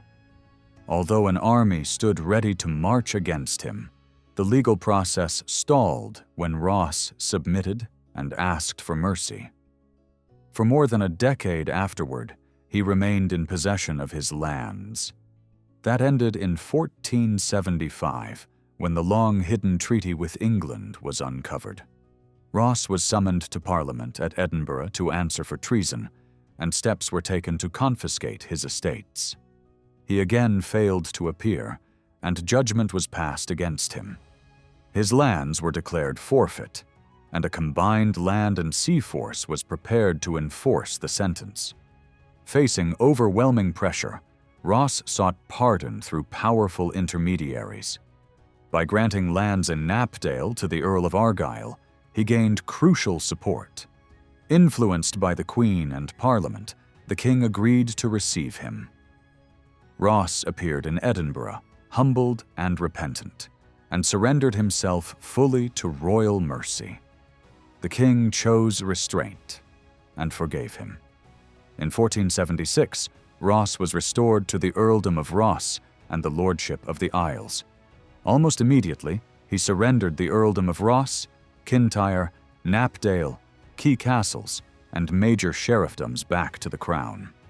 In return, he was confirmed as a peer under the title Lord of the Isles. Ross was now permanently absorbed into royal control, delivering a severe blow to the independence of his house. The king allowed the succession of the lordship of the Isles to pass to Ross's illegitimate sons, Angus and John. Angus, the elder, soon married into the powerful Argyll family. Yet neither royal favor nor marriage alliances could restrain his violent nature. Angus gradually took control from his aging father and became the real power within the clan. Ross's surrender of lands angered many island chiefs. They accused him of weakening the family by giving land to rival clans. The Isles split into factions. Some supported the old lord, while most of the clan Donald followed Angus Og. Tensions turned into open hostility, with Angus treating his father harshly and launching feuds, especially against the Mackenzies. Family tradition describes John, Lord of the Isles, as mild and scholarly, better suited to court life than ruling fierce clans. He tried to keep loyalty through gifts and land grants, but this drained his resources. Angus Og saw this as ruinous and moved to strip his father of authority. He gathered followers, forced his father into humiliation, and finally drove him from Islay. John fled to Argyll and then to the king, surrendering nearly all his remaining lands. Meanwhile, Angus Og continued his campaigns, even destroying Inverness Castle. His uncle Austin secured royal charters for his own lands, ensuring his branch survived independently. Angus refused to yield anything, and conflict followed. Royal forces were sent north against Angus Og, joined by several clans. Angus met them in Ross and inflicted a crushing defeat, killing hundreds and capturing important leaders. Later expeditions failed to stop him. Eventually, his father confronted him at sea near Ardnamurchan. A fierce naval battle followed, remembered as the Battle of Bloody Bay. Angus Og defeated his father decisively and took full control of the Isles. Soon after, Angus's young son, Donald Dubh, was seized and imprisoned, where he would remain for decades. Angus continued to fight and rule violently until his assassination at Inverness around 1485. Though brutal and unstable, he was admired by his followers, who believed he might restore the lost power of the Isles. After his death, chaos spread. Feuds multiplied, and violence became widespread across the Highlands. With no legitimate heir and the Lord of the Isles weakened by age, leadership passed to Alexander of Lochalsh, nephew of the Old Lord. Alexander attempted to reclaim Ross by force, attacking lands held by the Mackenzies. In 1488, Alexander led a large Highland army into Ross. After early success, his forces were surprised and defeated by the Mackenzies at the Battle of Park. Alexander was wounded, and his army was driven out. This defeat convinced the crown to act decisively. Soon after, the lordship of the Isles was finally forfeited and absorbed into the crown. The government judged that the Old Lord could no longer control the Western clans, and breaking their unity was seen as the only way to restore order. With that, the long independent power of the Lords of the Isles came to an end. Some villagers who escaped the burning church ran straight to Kinellan and warned the Mackenzies about what had happened. The old chief Alexander was devastated. Yet he also believed the attackers had crossed a line so extreme that they had turned heaven itself against them. In his eyes, the invaders had not only made enemies of men, but had invited judgment by the cruelty they showed. Contin lay close to Kinellan, and MacDonald assumed the Mackenzies would flee rather than stand with a much smaller force. He ordered his commander Gillespix to assemble the army on a wide moor called Blair na Park, so the host could be counted, organized, and then sent forward to hunt down the resistance. Kenneth Mackenzie, now in command, placed his men on ground chosen for defense, the kind of position that could hold against larger numbers and also allow a sudden strike if the moment appeared. He had around 600 fighters. The enemy had at least nearly 3 times that. But Kenneth held an important advantage. The countryside had been stripped bare. Cattle and supplies had been driven away into hidden places, meaning the larger force would struggle to feed itself for long. By midday, the Islesmen formed ranks on the moor, less than half a mile from the Mackenzie line. Between them stretched a peat bog filled with hidden holes and deceptive, swallowing mud. Kenneth knew that bog better than his enemies ever could, and he understood it could become a weapon.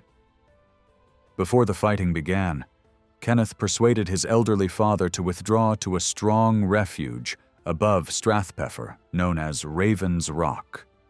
If defeat forced a retreat, the plan was to fall back there.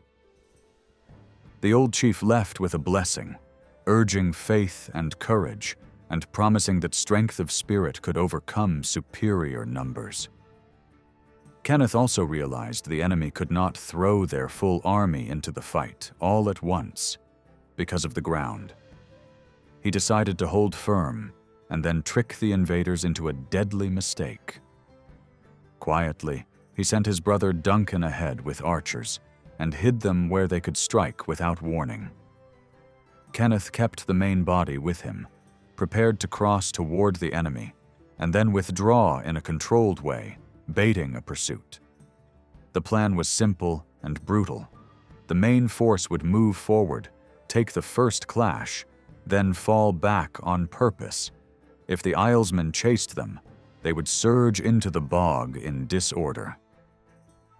The moment the enemy became trapped and scattered among pits and mud, Duncan's hidden archers would spring out and hit them from the side and rear. With the preparations complete, Kenneth led his men forward toward the bog. MacDonald saw the smaller force advancing and mocked what he called reckless arrogance. Gillespie, older and more cautious, warned that such boldness often hid a trap and should be answered with care. MacDonald ignored him in anger and promised the enemy would be crushed easily. The fighting opened when the enemy vanguard, led by Maclean of Lochbuy, rushed in hard. Kenneth withdrew exactly as planned. The retreat was disciplined, not panicked, and as the Mackenzies pulled back, they still cut down attackers and kept the line steady. The pursuing Islesmen pressed forward and spilled into the bog. Once the enemy was deep in the dangerous ground, Duncan burst from hiding and struck their flank and rear. Men fell into pits, were dragged down by mud, or were cut down while struggling to escape. The vanguard collapsed into chaos, and the main body behind them was caught off guard. At that moment, Kenneth turned and charged with his main force.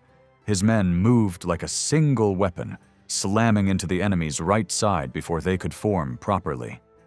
The larger army, which had laughed moments earlier, now broke under the sudden violence and confusion. Gillespie, furious at being mocked and eager to prove courage in action, pushed through the fight toward Kenneth, calling for a personal duel.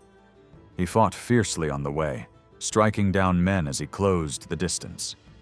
Kenneth stepped forward to meet him, clearing a path through the crowd. In the clash that followed, Kenneth's strength decided it quickly. With one powerful blow, he severed Gillespie's arm and drove the strike through his body. Gillespie fell dead, and the enemy's spirit shattered even further. The next day, Kenneth moved into Strathconnell, fearing the survivors might regroup and continue raids. About 300 enemies had rallied there and were burning and destroying what they had missed earlier. When they saw Kenneth approaching, they tried to flee, but they were hunted down. Many were killed, the rest taken. Kenneth returned to Kintyre carrying his captured rival Alexander in triumph. The old chief Alexander Mackenzie came down from Raven's Rock, embraced his son, and praised the victory. But he also warned that mercy could create future danger. Sparing leaders today could mean trouble tomorrow. Kenneth refused to answer victory with cruelty, yet he did not fully trust every man around him to show restraint. So MacDonald was sent under heavy guard to Lord Lovat to be held securely until a final decision could be made. Alexander of Lochalsh remained in Kenneth's keeping. Against most expectations, both prisoners were released within 6 months. Before letting them go, Kenneth demanded solemn oaths. They would never again attack him or his people, and they would never claim any right to Ross, which had already been surrendered to the Scottish king. Many fugitives from the battlefield died in the River Conan. They ran straight into deep water while escaping pursuit and were swept away. At Moy, they begged an old woman for the best place to cross. Still burning with anger over the raids and thefts, she answered that every part of the river was easy to ford, even if it looked dark. They believed her and rushed in by the hundreds. The current dragged them under. Some grabbed bushes along the bank and screamed for help. The woman and other locals arrived with sickles and cut away the branches, sending the clinging men into the river. In the district, the sickle linked to that revenge became known by a name remembered for generations. After the battle, the victors turned on neighboring lands, punishing areas connected to those who had supported the invaders or were suspected of sympathy.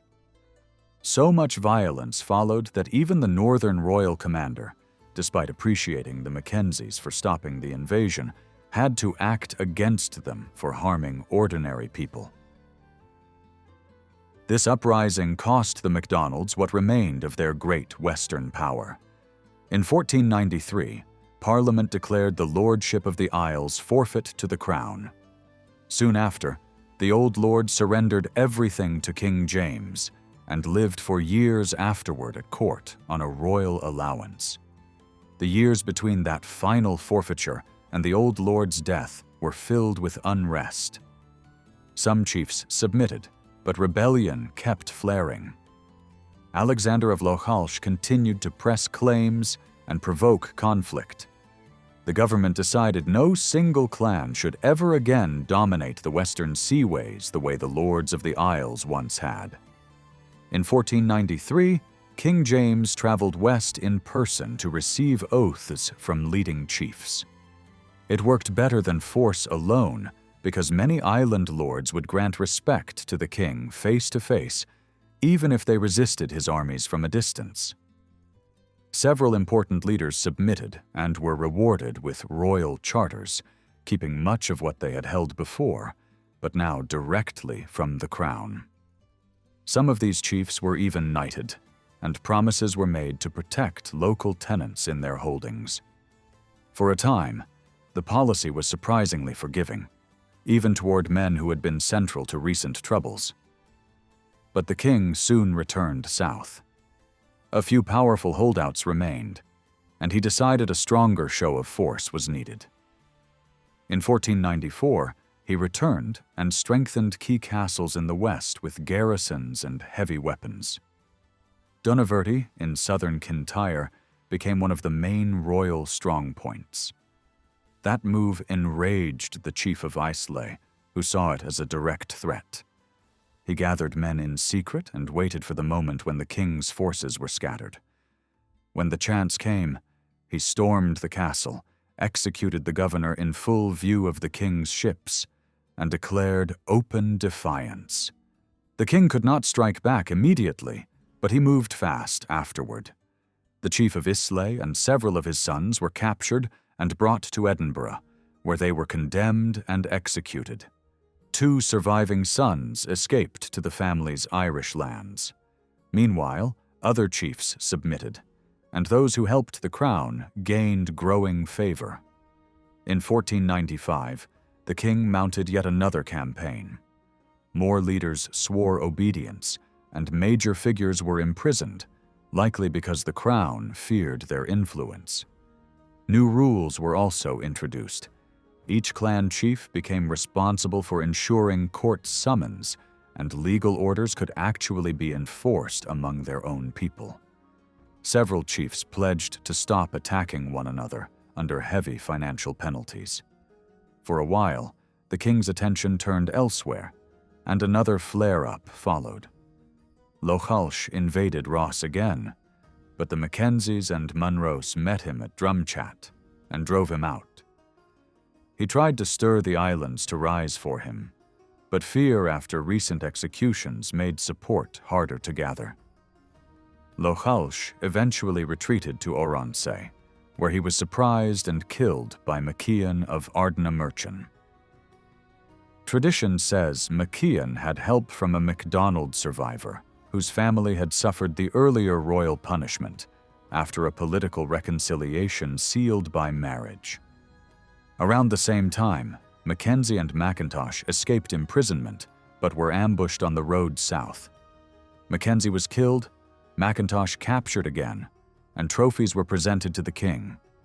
Rewards followed, and the cycle of force and loyalty continued. In 1498, the king held court in Kintyre and received homage from leading MacLeod chiefs. He also tried to cool major island feuds. It seemed the West might finally be settling. Then everything changed. For reasons that remain unclear, the king abandoned the softer approach and revoked many of the charters he had granted to island chiefs in recent years. He moved quickly to put the lordship of the Isles under new management, leasing wide areas to powerful lords and giving them sweeping authority. The Earl of Argyll gained major powers, including control of key castles and broad rights of command. Other royal allies received grants of former MacDonald lands. Macian of Ardnamurchan, who had consistently served the crown, was rewarded as well. The message was unmistakable. The era of a single dominant island lord was over, and the crown intended to rule the West through loyal regional power holders. Skye, though sometimes vague on specifics, broadly supports Gregory's account. Tytler then compresses the king's Highland and Island campaigns into a clear summary. In 1493, even while busy with other affairs, the king still managed 2 hard pushes into the Highlands, reaching as far as Dunstaffnage and Mingarry in Ardnamurchan. The next year he visited the Isles 3 separate times. The first voyage, in April and May, was staged with real ceremony and scale. These journeys were not only about punishment or politics. They also suited a young king who enjoyed the sea and the hunt. He inspected fisheries, strengthened his vessels for protection as well as travel, and encouraged nobles to build and outfit ships at their own expense so they could sail with him. For island communities, the message was unmistakable. The crown had money, reach, and the ability to bring force quickly into places that had long relied on distance and water for safety. His pace mattered as much as his power. Moving swiftly from point to point, striking fast against resistance, rewarding loyalty, and speaking with an easy, confident familiarity to ordinary people all increased his popularity. In practice, this helped bind the farthest districts to the center. Less through fear alone, and more through the sense that one authority could actually arrive, judge, and act. In Kintyre at Tarbet, he restored an old fort and turned the area into a practical hub for shipping and military supply. He brought artillery there, stockpiled gunpowder, and kept skilled gunners close to him. Records suggest he took a personal interest in training and readiness, treating artillery as a tool to break the strongest island defenses. Most chiefs understood what this meant. Many submitted readily to a ruler who could appear with force in days, not seasons, and who could strike at island strongholds directly. Only one major figure, Sir John of the Isles, chose open defiance, despite repeated chances to step back. His influence may have convinced him the king would not push him to the edge. He misjudged. James summoned him to answer for treason, and after the king returned from the north, a parliament in Edinburgh moved to strip this rebel of power and transfer his lands to the crown. Not long after, the last great lord of the Isles died around 1498 at Paisley, leaving no legitimate heir. He asked to be buried beside a royal ancestor, Robert II. His wife was Elizabeth Livingston. His son, Angus Og, had died earlier, around 1485, leaving one child, Donald Dubh, who was still held as a prisoner in Inchconnell, even in 1498. Many sources accepted that Angus Og's marriage to a Campbell woman produced Donald as a lawful son, yet official decisions later branded him illegitimate for political reasons, and the label Donald the Bastard followed him in public records. Deaths and rival branches deepened the uncertainty. Celestine of Lochalsh had died years earlier, and his son Alexander of Lochalsh was killed in Oronsay around the same period that the old lord died. In Slet, leadership also shifted. One heir died without children, and property passed to a half-brother whose line continued into later generations. The result was simple and dangerous. When the old lord was gone, there was no single universally accepted head of the Isles. At least 3 competing claims could be argued, and each drew supporters. Donald Dubh, still young and recently freed, became the symbol of the old order. Islanders who saw him as the rightful heir rallied to him quickly. He sought backing from Torquil MacLeod of Lewis, a powerful chief with family ties that gave Donald's claim extra weight in the eyes of other leaders.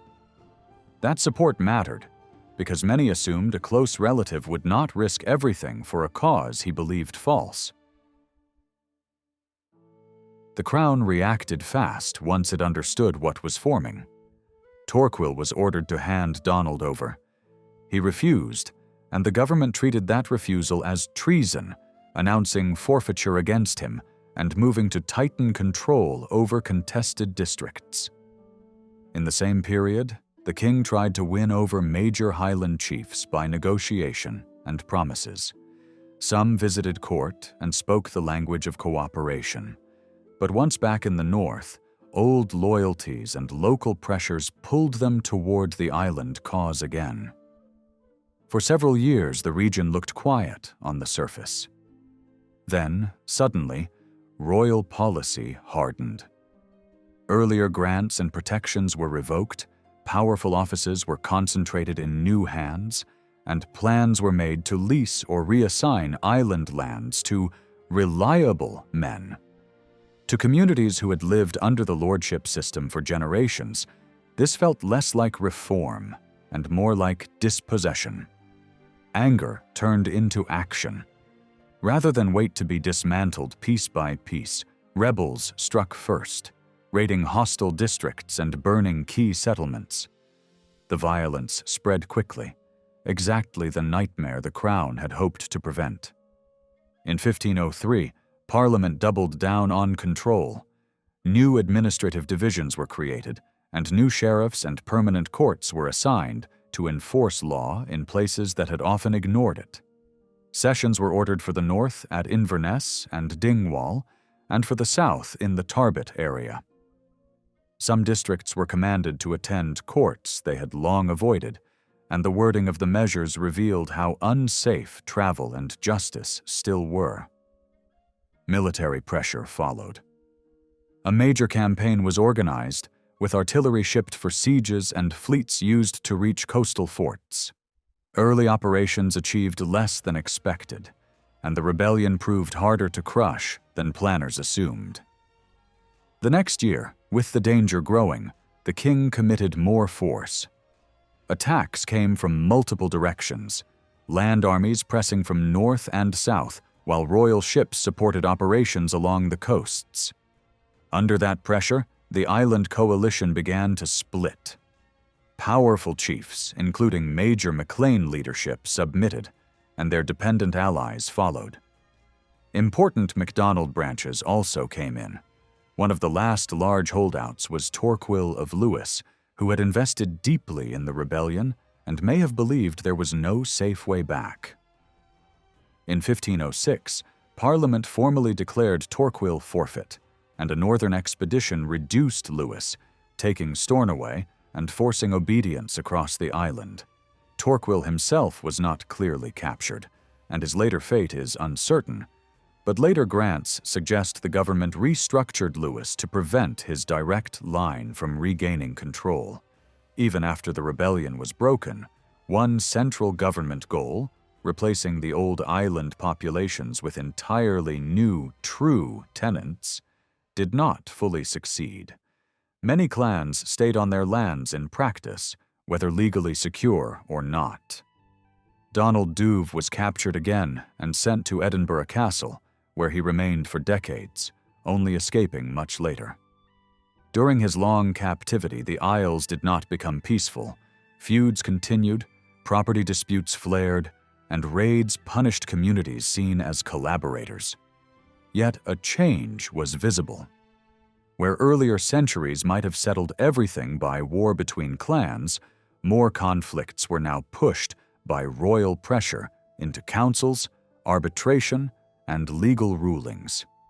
The king also aimed for something deeper than obedience. He wanted the Highlands to produce men trained in law who could operate locally under royal authority.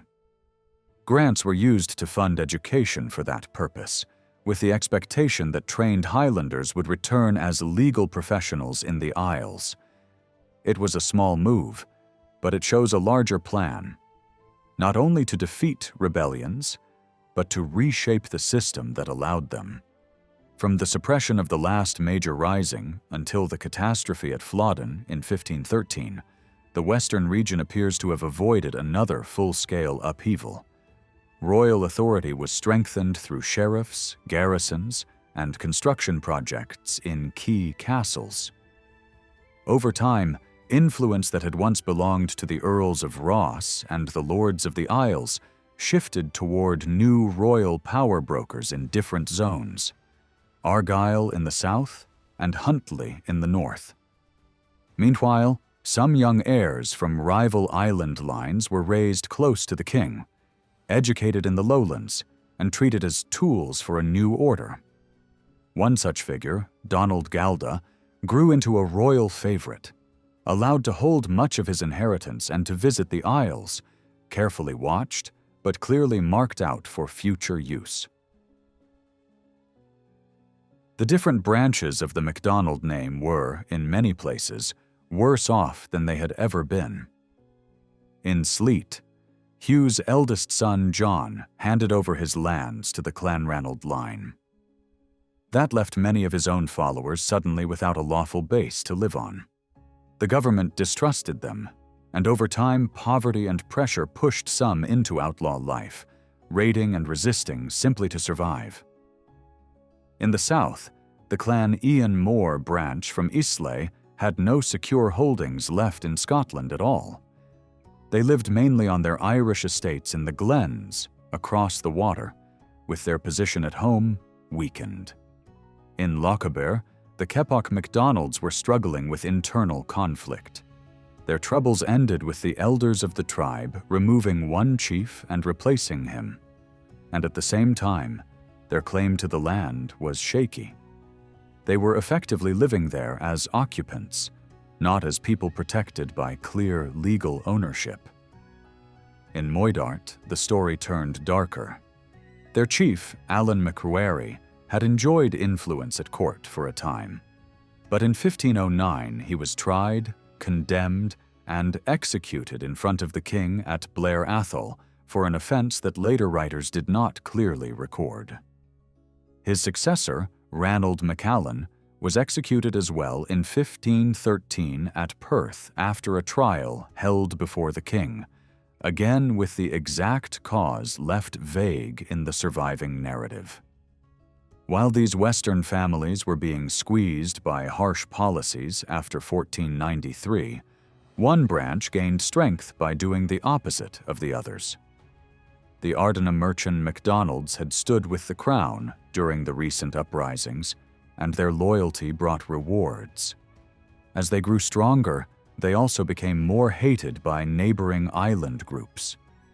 Glencoe shared the broader hardships, while some other former vassals of the old island lordship managed to improve their position, and a few who had been punished earlier were later restored. The road to Flodden does not need retelling here, but the scale of the disaster matters. Highlanders fought in the front line, and Sir Donald Galda MacDonald of Lochulsh led a large force of islanders there. On the Scottish right wing, the formations under Lennox and Argyll were heavily made up of Highland and Island clans. Under heavy arrow fire, they surged forward, desperate to reach the enemy with swords and axes. Discipline broke down as they rushed in. French officers tried to hold them back, but language and temperament worked against control. The English, led by Sir Edward Stanley, stood firm in tight formations. The first impact was violent, but once it was absorbed, the Highland charge lost shape and collapsed into chaos. The result was a rout on that wing and terrible losses, including the deaths of Lennox and Argyll, along with many other notable Highland leaders. The defeat struck Scotland like a storm. Grief spread everywhere, from noble households to small cottages. In towns and cities, people panicked at what the defeat meant for the country's future, and families mourned husbands, sons, and brothers in numbers that felt almost impossible. Flodden became a name carried with dread, because so many houses lost someone, and some lost almost everyone. After Flodden, despite the honors Sir Donald had received under the late king, a new scheme formed quickly in the Isles to proclaim him Lord of the Isles. This happened even though Donald Dubh, the figure many islanders already recognized as heir, was still alive and still held in Edinburgh Castle. In November 1513, only weeks after returning north, Sir Donald marched to Urquhart with a large following. With allies such as Glengarry and Chisholm, he drove out the garrison, seized the castle, and plundered the surrounding lands belonging to the Grants. Around the same time, Lachlan MacLean of Duart took the royal fortress of Cairnburg, and later, helped by MacLeod of Dunvegan, seized Dunskyche in Sylhet. Not long after, Sir Donald was publicly chosen and proclaimed as Lord of the Isles. Flodden had also removed key figures and reshuffled leadership. The MacLeans lost their chief there, and Lachlan Catanach stepped into power at Duart. He became one of the main drivers behind the movement for Sir Donald. The Privy Council ordered the Earl of Argyll to move against MacLean and the other leaders, using whatever force was necessary to break the rebellion. In 1514, the government tried a more organized approach on the mainland. It appointed regional lieutenants to control sections of the northern Highlands. Mackenzie of Kintyre and Munro of Fowlis were put over Wester Ross, while Lochiel and another local leader were tasked with Lochaber. Chiefs near the sea lanes were warned that if island raiders landed on their shores, they had to resist them fully. Anyone who refused could be punished as if they were part of the rebellion. These measures did not bring a clean solution, so the government shifted toward compromise. The regent, Albany, used John Mackay of Ardnamurchan, a loyal supporter of the crown, as an intermediary. He was authorized to offer pardon and royal favor to lesser rebels if they agreed to obey in future and compensate those they had harmed. But the policy drew a sharp line. The leading rebel chiefs were excluded, including the MacLeans of Duart, the MacLeods of Lewis and Harris, the southern Islay MacDonald chief who lived on the Irish glens, and Sir Donald's closest supporters. Even so, enough minor participants came in that a temporary calm settled over parts of the Isles. Argyll and Mackenzie, who had also acted unlawfully at points, received official forgiveness for their own irregularities. For a moment, it looked as if the long-running internal violence might finally ease. In 1516, Sir Donald and Macian of Ardnamurchan agreed to hand certain disputes over to the kingdom's courts and promised to compensate one another for damage already done.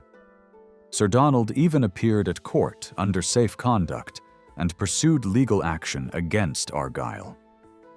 At one point, he was summoned alongside Argyll to join a royal army. But the calm did not last. Suspicion followed him, and he soon drifted back toward open resistance. He also became linked to the dangerous politics around Lord Home and protected men who had been outlawed after Home's fall. That connection helps explain why the government later treated Sir Donald with growing hostility. In 1517, he launched another revolt by spreading the claim that the regent and council had officially granted him high offices over the Isles. Believing this, many men followed him. With that force, he attacked Ardnamurchan, drove MacIan from his lands, and took Mingarry Castle. When ordered to restore the place, he refused, tore the stronghold down, and burned through the district. His own leading supporters eventually realized he had misled them, and that his campaign was destroying the very lands he pretended to protect.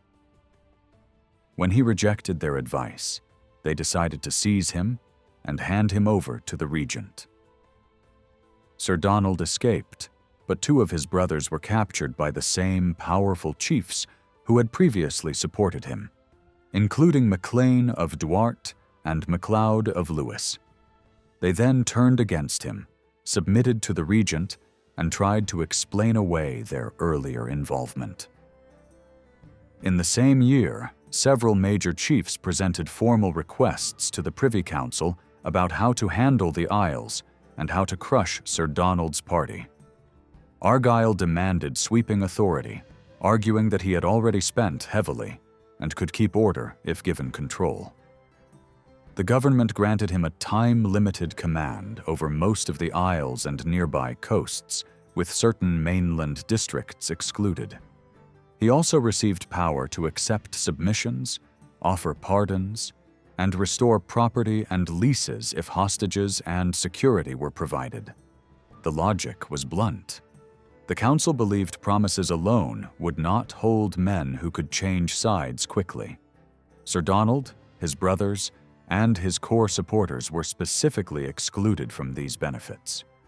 Argyll was also authorized to pursue the remaining rebels by force and to try to seize Sir Donald's castle of Strome while pressing key hostages from the Islay MacDonalds who were backing him.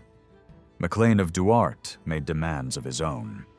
He wanted a broad pardon for himself and named allies, with restitution for damage to Argyll and Ardna Merchant handled through arbitration. He then urged the government to treat Sir Donald and his followers as traitors and to strip them of their lands. Most shockingly, he pressed for the execution of Sir Donald's 2 brothers who were in his custody, arguing that destroying the leading bloodline was the only way the Isles would ever be quiet.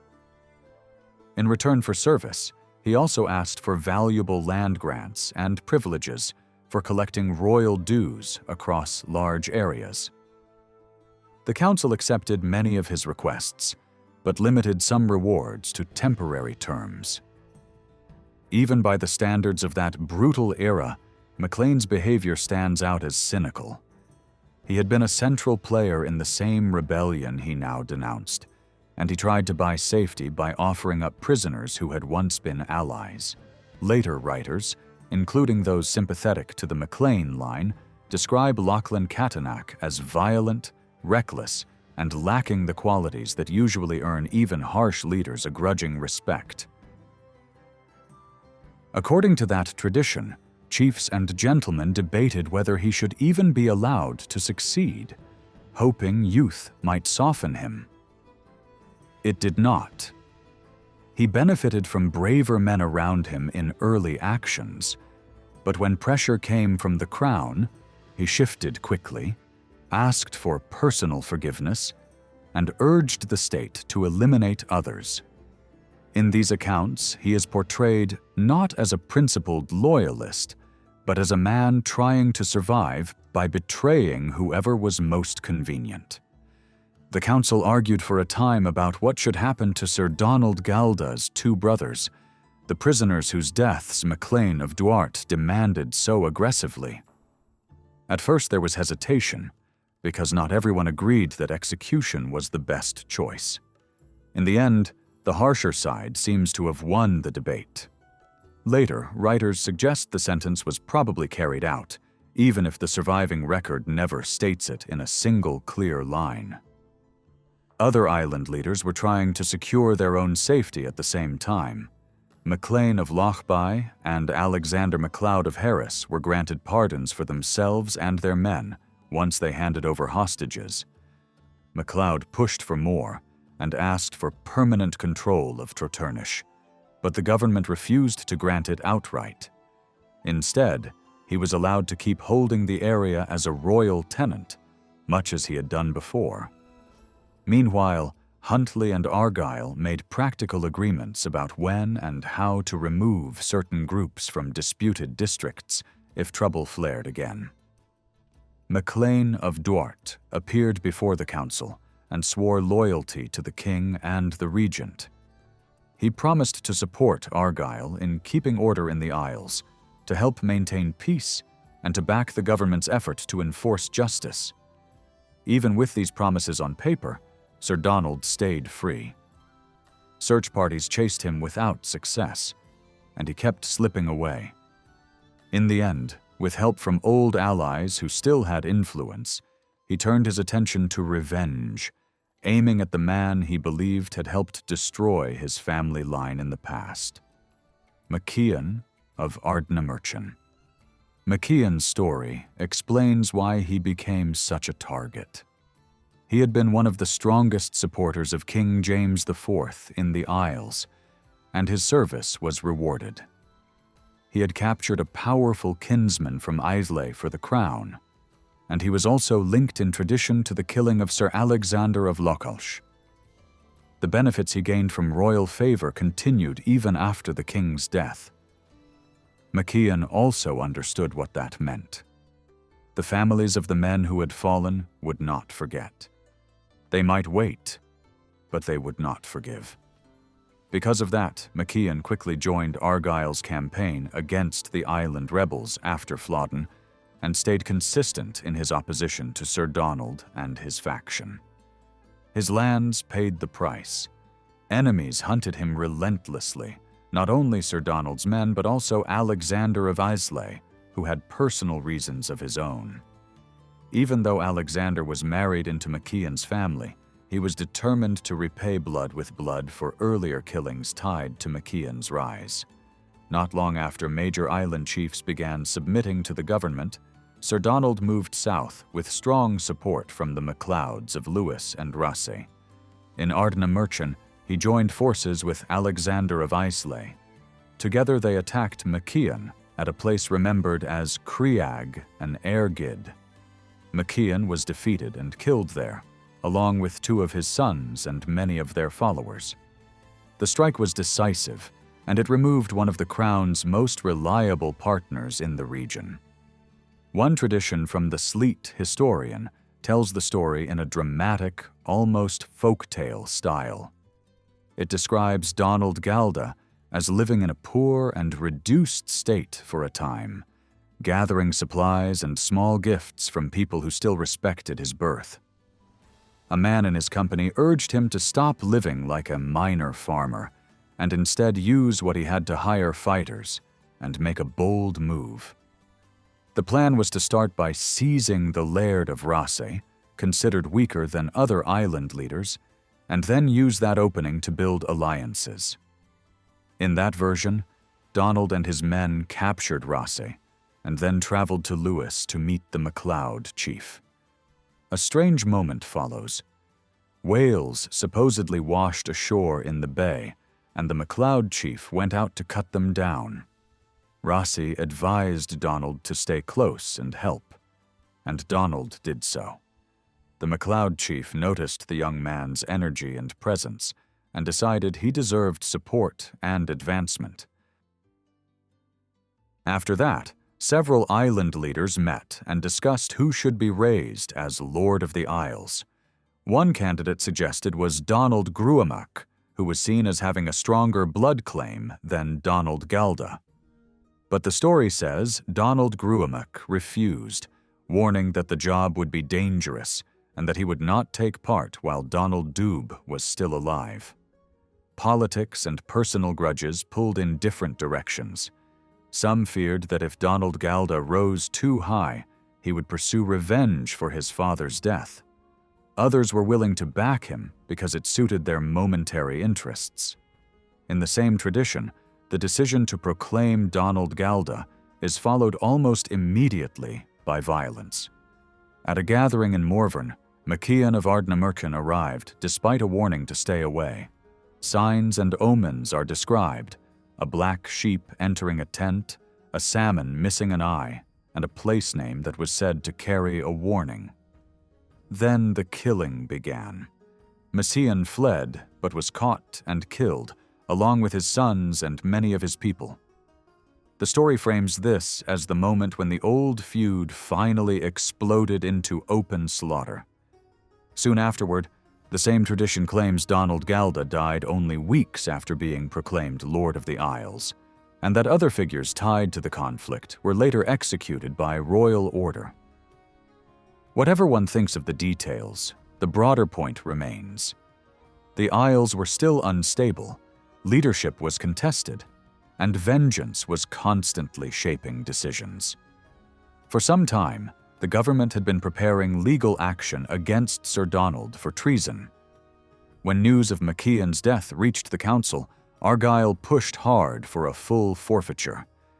He did not get everything he wanted immediately, so he publicly protested that neither he nor his heirs should be blamed for future disasters if the government ignored his advice while still demanding that he keep order. He also complained that promised manpower and funding had not arrived. Later, historians argue that this shortage of support helps explain why Sir Donald had been able to remain free for so long, even after many allies abandoned him. In the end, the rebellion did not last forever. Orders went out for Huntly and Argyll to move against Sir Donald and his companions. Sir Donald was the last male of the Lochulsh line, and he died without children before the late summer of 1519. With his death, the rising that had burned on and off for more than 5 years fell apart quickly. At that point, the narrative usually turns back in time to explain the Sleat branch, because their later plans were shaped by everything that happened during Donald Dubh's long captivity. Hugh of Sleat, brother of the last Lord of the Isles, becomes the starting point for that branch, which later re-enters the story when Donald Dubh returns and disrupts the balance again. Hugh of Sleat is poorly documented, but tradition credits him with a bold raid into Orkney around 1460, alongside allies such as the MacLeods of Harris and other young island gentlemen. One colorful tale claims it began with a boastful argument at a meal, turned into a wager, and ended with an expedition. In the story, the Orcadians tried to trap the islanders at a landing point, but Hugh chose a different shore, forced the enemy to march around a long inlet, and beat them in the open. The raiders then plundered what they could and sailed home.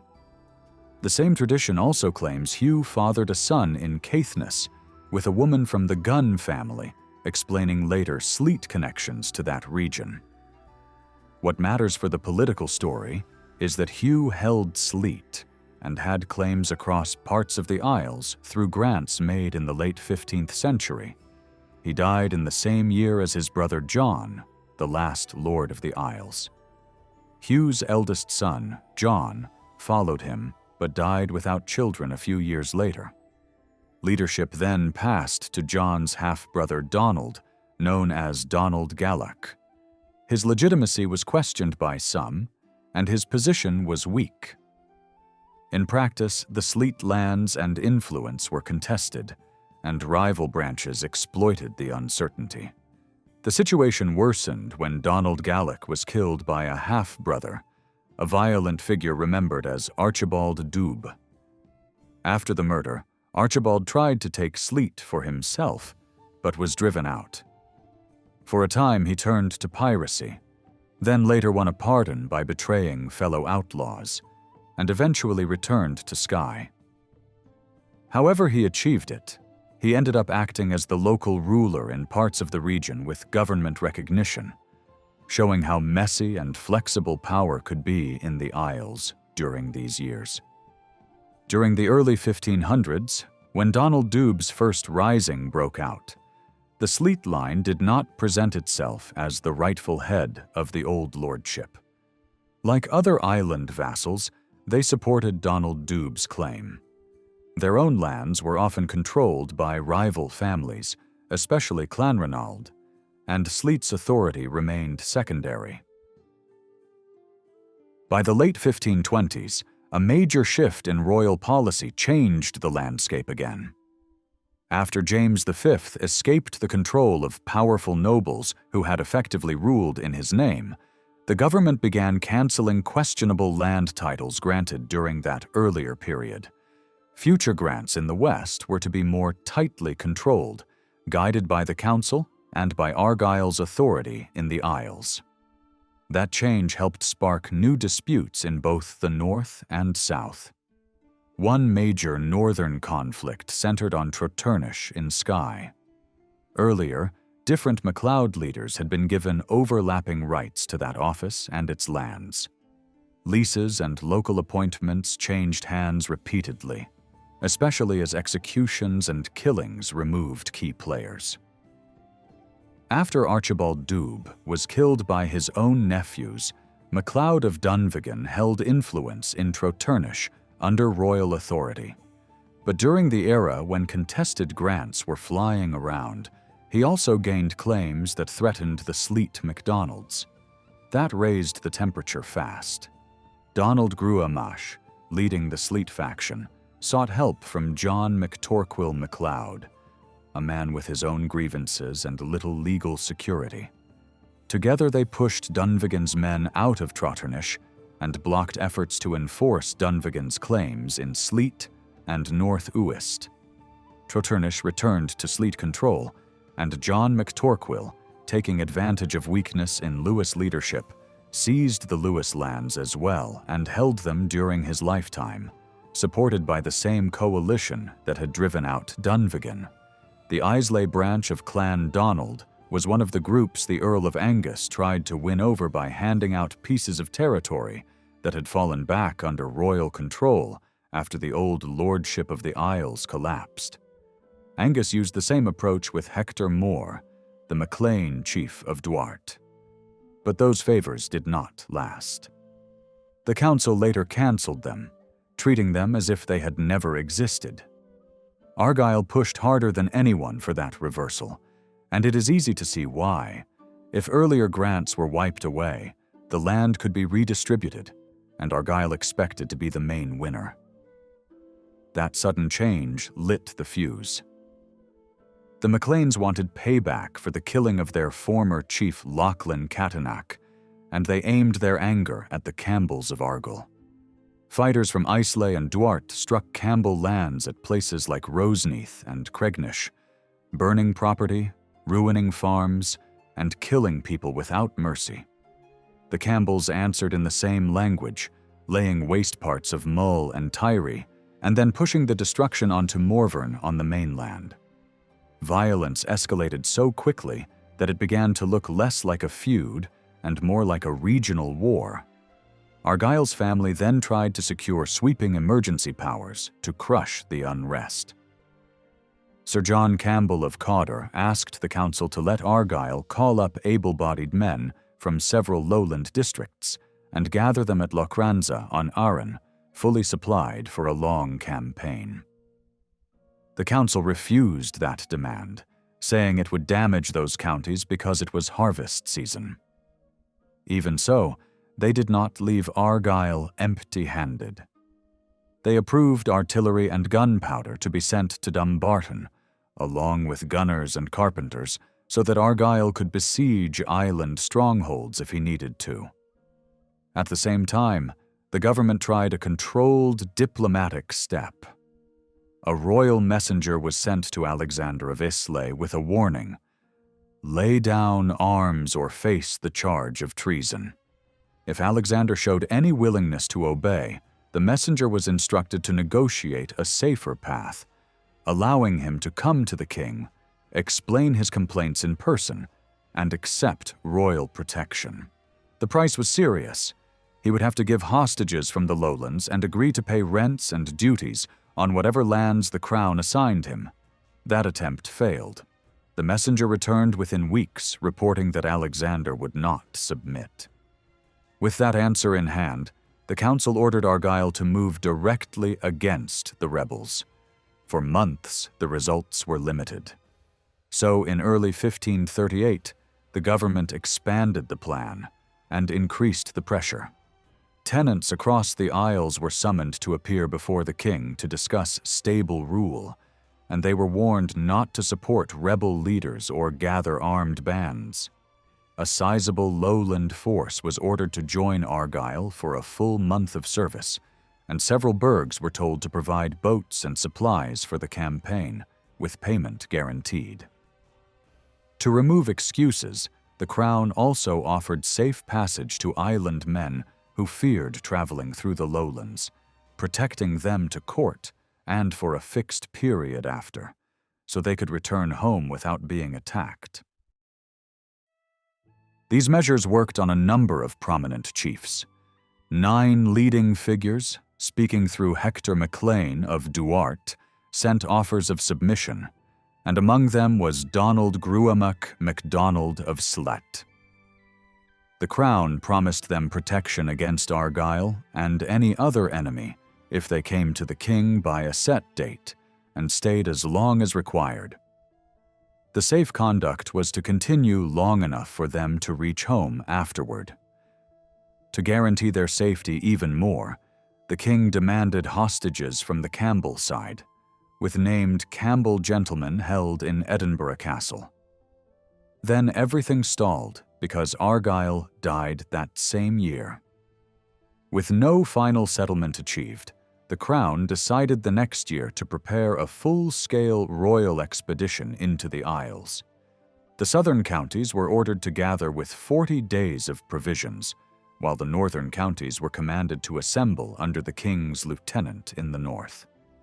A parliament was also called to authorize forfeitures against anyone still refusing obedience.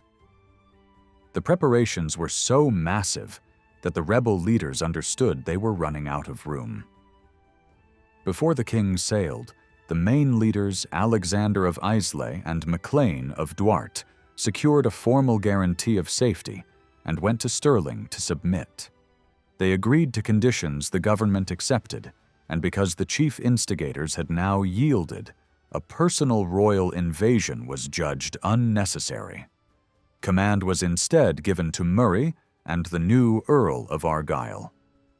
Alexander of Islay promised to help collect royal rents from crown lands in the Isles, uphold church income and standing, enforce law, and respect private property. Under these terms, he and his followers were restored to lands lost through rebellion. Alexander's disclosures at court also shifted the political balance. Argyll's authority was cut back sharply. The Crown began to manage the western districts more directly, and the government relied on written commitments from chiefs rather than appointing a single powerful lord to rule in the king's name. The key issue for the council was money and control. They wanted the crown's dues and church payments collected and forwarded, and they believed sworn obligations from the leading men could deliver that without a new overlord in the region. Even with politics turning toward paperwork and promises, the culture of the chiefs remained deeply martial. Donald Gruamach of Sleat was active in conflict, but he was not a man of letters. When a formal alliance pact was drawn up among several northern leaders in the late 1520s, Donald's name was signed with a guided hand, showing that others had to help him put pen to paper. His family later used a distinctive Gaelic-style name to set the Sleat line apart from other MacDonald branches, and the question of legitimacy still lingered around some of these leaders in the stories told about the period. Donald Gruamach died in 1534 and was followed by his son, Donald Gorm. Soon after taking over, Donald Gorm began claiming the grand old titles of the Isles and Ross for himself. In 1535, he even wrote to Henry VIII using those styles, announcing himself as if the old honors were already his. Some islanders still viewed Donald Dubh as the rightful heir, but decades of captivity and doubts encouraged by the Crown weakened Donald Dubh's position and made space for a rival claimant. Donald Gorm's position grew through marriage and alliance. By marrying into the family connected to Lewis leadership, he added a powerful claim and a strong network. A practical deal followed. The legal heir of Lewis was allowed to return and hold the island in exchange for support against Dunvegan over Trotternish. It is likely that this cooperation also extended to Donald Gorm's wider ambition, because if Donald Dubh was set aside and forfeitures ignored, Donald Gorm could present himself as the male heir. That combination of claims and armed backing became the backbone of a conspiracy that drew in many chiefs, and it only ended when Donald Gorm died and the king responded with force. In 1539, Donald Gorm and his allies struck Trotternish, burning and plundering the district, and then crossed to the mainland. With Kintyre's chief away and opposition weakened, Donald Gorm ravaged Kenlicu and moved toward Kintyre, hoping to seize the castle of Eilean. The fortress had only a small guard at the time. If it fell, a much wider uprising might have followed, because a captured stronghold would have given the rebels a secure base and a powerful symbol. But the attack collapsed in a dramatic moment. Donald Gorm came too close to the walls, trusting the castle's weakness, and was hit in the foot by a barbed arrow fired from inside. In rage, he pulled it out quickly, tearing the wound open and causing heavy bleeding that his followers could not stop. They carried him to a small, sheltered place out of range, built a rough hut, and watched him die. The spot where he ended is still remembered by a name that means the site of MacDonald's house. After their leader fell, the raiders withdrew to Skye, burning boats they found to punish the men of Kintyre and to cover their retreat. Local tradition and later clan histories add more detail. Kintyre's allies included Dunvegan, and the raid was partly retaliation for that alliance. Kintyre's side answered with counterattacks into Skye, killing followers and devastating land in return. The story of Eilean's defense becomes almost legendary.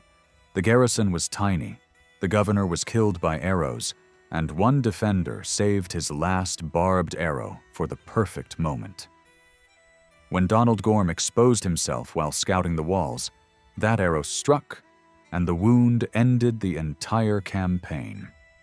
After Donald Gorm's death, the Sleat chiefship passed to his young son, Donald Gormison, still a child. The guardianship fell to an older relative known as Archibald the Clerk. Meanwhile, the crown continued tightening its grip on the west.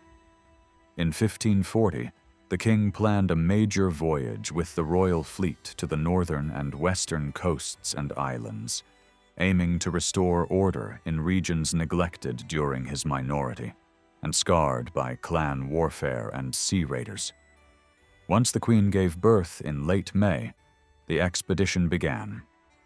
A fleet of 12 ships sailed, heavily armed, well supplied, and commanded by skilled seamen. Several ships were reserved for the king, others carried provisions, and leading figures brought soldiers of their own. Alongside the military show of force, the voyage had a practical goal: mapping and surveying coasts and channels accurately so the crown could navigate and control these waters more effectively. The fleet moved along the eastern shores, then swung north toward Caithness and Orkney before turning west past Cape Wrath. From there it visited Lewis, Harris, the Wists, and Skye, then moved to Glenelg, Moidart, and Ardnamurchan. It continued around Mull, touched Coll and Tyrie, and followed the coast of Argyll before passing Kintyre and pausing near Arran and Bute. Wherever the ships appeared, local people gathered to watch, and chiefs came to offer submission or argue their cases. This journey was not presented only as a punishment. The king mixed hard authority with ceremony and negotiation. Some chiefs were treated firmly, even restrained and held on the ships, while others were handled with calculated kindness. A central demand was that leading men accompany the king back to the capital and remain there as guarantees for their followers' good behavior. The goal was to prevent the old pattern where order vanished the moment the royal presence disappeared. When the expedition reached Dumbarton, the king considered the western work complete.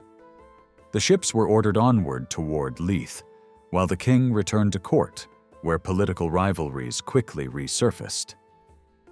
Even so, the voyage marked a turning point. It showed the Isles, in person and at sea, that the crown could reach them, supply itself, and enforce obedience across waters that had long protected local independence. Gregory gives a much more detailed picture of the king's western expedition. He notes that Donald Mackay of Strathnaver was captured without serious resistance. After leaving Sutherland, the royal fleet sailed to the Isle of Lewis. There, Rory MacLeod and his closest relatives met the king and were required to join him for the remainder of the journey.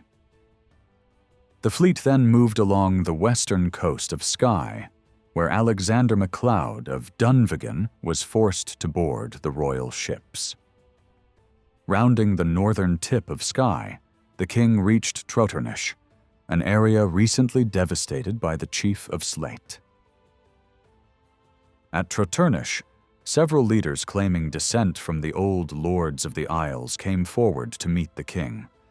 Among them were John Moidartach of Clanranald, Alexander of Glengarry, and other members of the MacDonald kindred. Their aim was clear. By presenting themselves early, they hoped to gain royal favor before the king reached their own territories. From there, James continued along the coast of Ross to Kintyre, where the Mackenzie chief joined him. Sailing south through the Sound of Sleat, the fleet then visited Mull and Islay, followed by Kintyre and Knapdale. When the king departed these regions, he took with him Hector MacLean of Dort and James MacDonald of Islay, the two most influential figures in the southern islands. One striking detail of the entire expedition is that the Earl of Argyll played no leading role, if he was involved at all. The king closely inspected the defenses of Duntulm Castle and openly praised its strength. When the fleet reached the harbor of Portree, known at the time as Loch Columba, the ships anchored offshore. Local tradition holds that the army landed on a rock where Scoribreck House now stands, a place remembered as the Rock of the Multitude. The king and his personal entourage came ashore farther east at a small inlet, which later became known as the King's Landing Place, giving its name to the loch and the parish. Soon after, some island lords were released after providing hostages to guarantee peaceful conduct. Others, considered more dangerous, remained imprisoned until well after the king's death in 1542. In 1540, as part of a deliberate strategy, the lordship of the Isles and both North and South Kintyre were permanently attached to the crown. This decision crushed the long-standing hopes of the Western chiefs to restore the old island lordship. For a moment, it seemed that peace would finally follow the king's successful voyage. Those hopes did not last. James V died only 2 years later, still young, and was succeeded by his infant daughter Mary. Her reign quickly became one of turmoil, marked by foreign pressure and bitter struggles between rival noble factions during her minority. During this period, Donald Dubh escaped from prison once again. He was soon proclaimed Lord of the Isles and gained the support of nearly all the former vassals of the old lordship in a second great uprising. At the time, the Earls of Lennox and Arran were locked in a struggle over the regency, while several Scottish nobles aligned themselves with England. In contrast, Huntly and Argyll remained loyal to Scotland, which made them enemies of Henry VIII and of the Scottish lords who supported English interests. In 1543, amid this chaos, Donald Dubh managed to escape after nearly 40 years of imprisonment. Captured in childhood, he had spent almost his entire life confined. Though officially labeled illegitimate, strong evidence suggests he was in fact lawful by birth. His escape owed more to opportunity than to government goodwill. When Donald Dubh reached the Isles, he was welcomed enthusiastically by the same clans that had supported him decades earlier.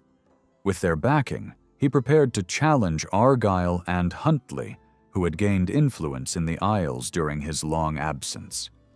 A temporary truce with Argyll was arranged, lasting until early May of that same year, but both sides used the pause to prepare for conflict. By June, Argyll and Huntly were actively campaigning against the islanders. Around the same time, several island chiefs who had been imprisoned since the king's earlier voyage were released through the influence of the English faction. This release strengthened Donald Dubh's position, as it allowed him to rally experienced leaders against the two earls, who were deeply hated by those pushing for an English alliance and for the proposed marriage between the Scottish queen and the English prince. Donald Dubh soon gathered a force of around 1,800 men and launched an attack into Argyll's lands. Many of Argyll's followers were killed, and large numbers of cattle and goods were carried off. At this stage, nearly all the island vassals supported Donald Dubh, with the notable exception of James MacDonald of Islay. Even Islay, however, later joined the movement and fought on the English side. In 1544, a brutal conflict erupted between the MacDonalds of Clanranald under John Moidart and their lawful chief Ranald Galda, supported by the Frasers.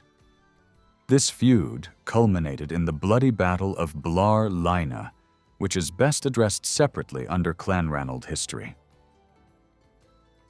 By 1545, the MacDonalds of Moidart were openly backing Donald Dubh's claim and fighting under his banner. That same year, Neil MacNeil of Giga appeared at the Battle of Ancram, either as Donald Dubh's representative or as a commander of island troops. In June, the regent Arran issued a proclamation against Donald Dubh and his supporters, accusing them of invading Scottish lands with English backing and attempting to place parts of Scotland under English rule. The threat of total destruction by combined Scottish and French forces followed, but the islanders ignored it, moving even closer to England. Legal action for treason followed, pursued as quickly as parliamentary procedures allowed. At the same time, Donald Dubh, acting as Earl of Ross and Lord of the Isles, appointed envoys to negotiate directly with England under the guidance of the Earl of Lennox.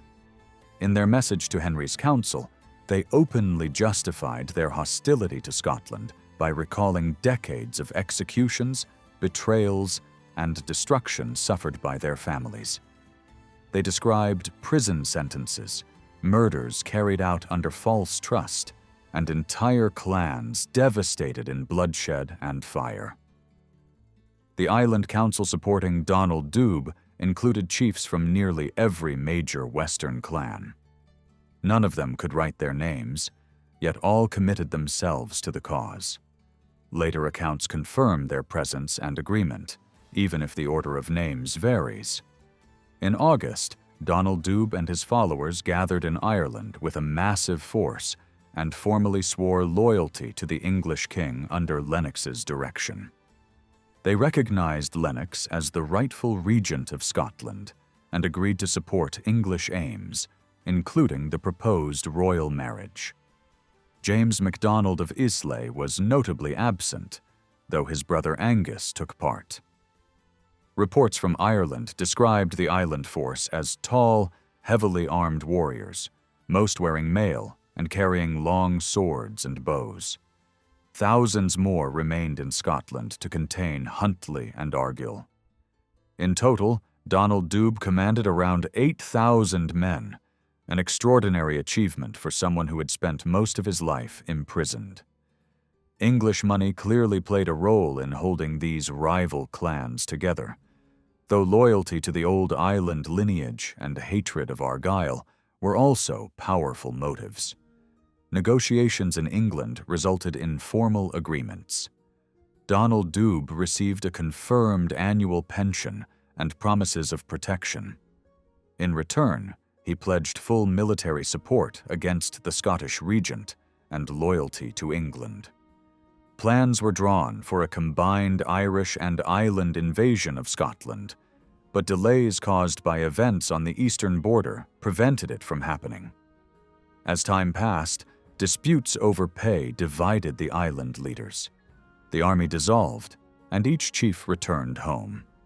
Donald Dubh later traveled again toward Ireland, but died of fever at Drogheda. Though records show he left an illegitimate son, no claim was ever made in his name. With Donald Dubh's death in 1545, no serious claimant remained except the young heir of Sleat, who was still a minor and weak in influence. Leadership among the islanders shifted to James MacDonald of Islay, despite his weaker claim. Many clans refused to follow him and instead reconciled directly with the regent. James of Islay briefly adopted the title of Lord of the Isles and contacted English authorities, offering support if rewarded like Donald Dubh. England ignored him.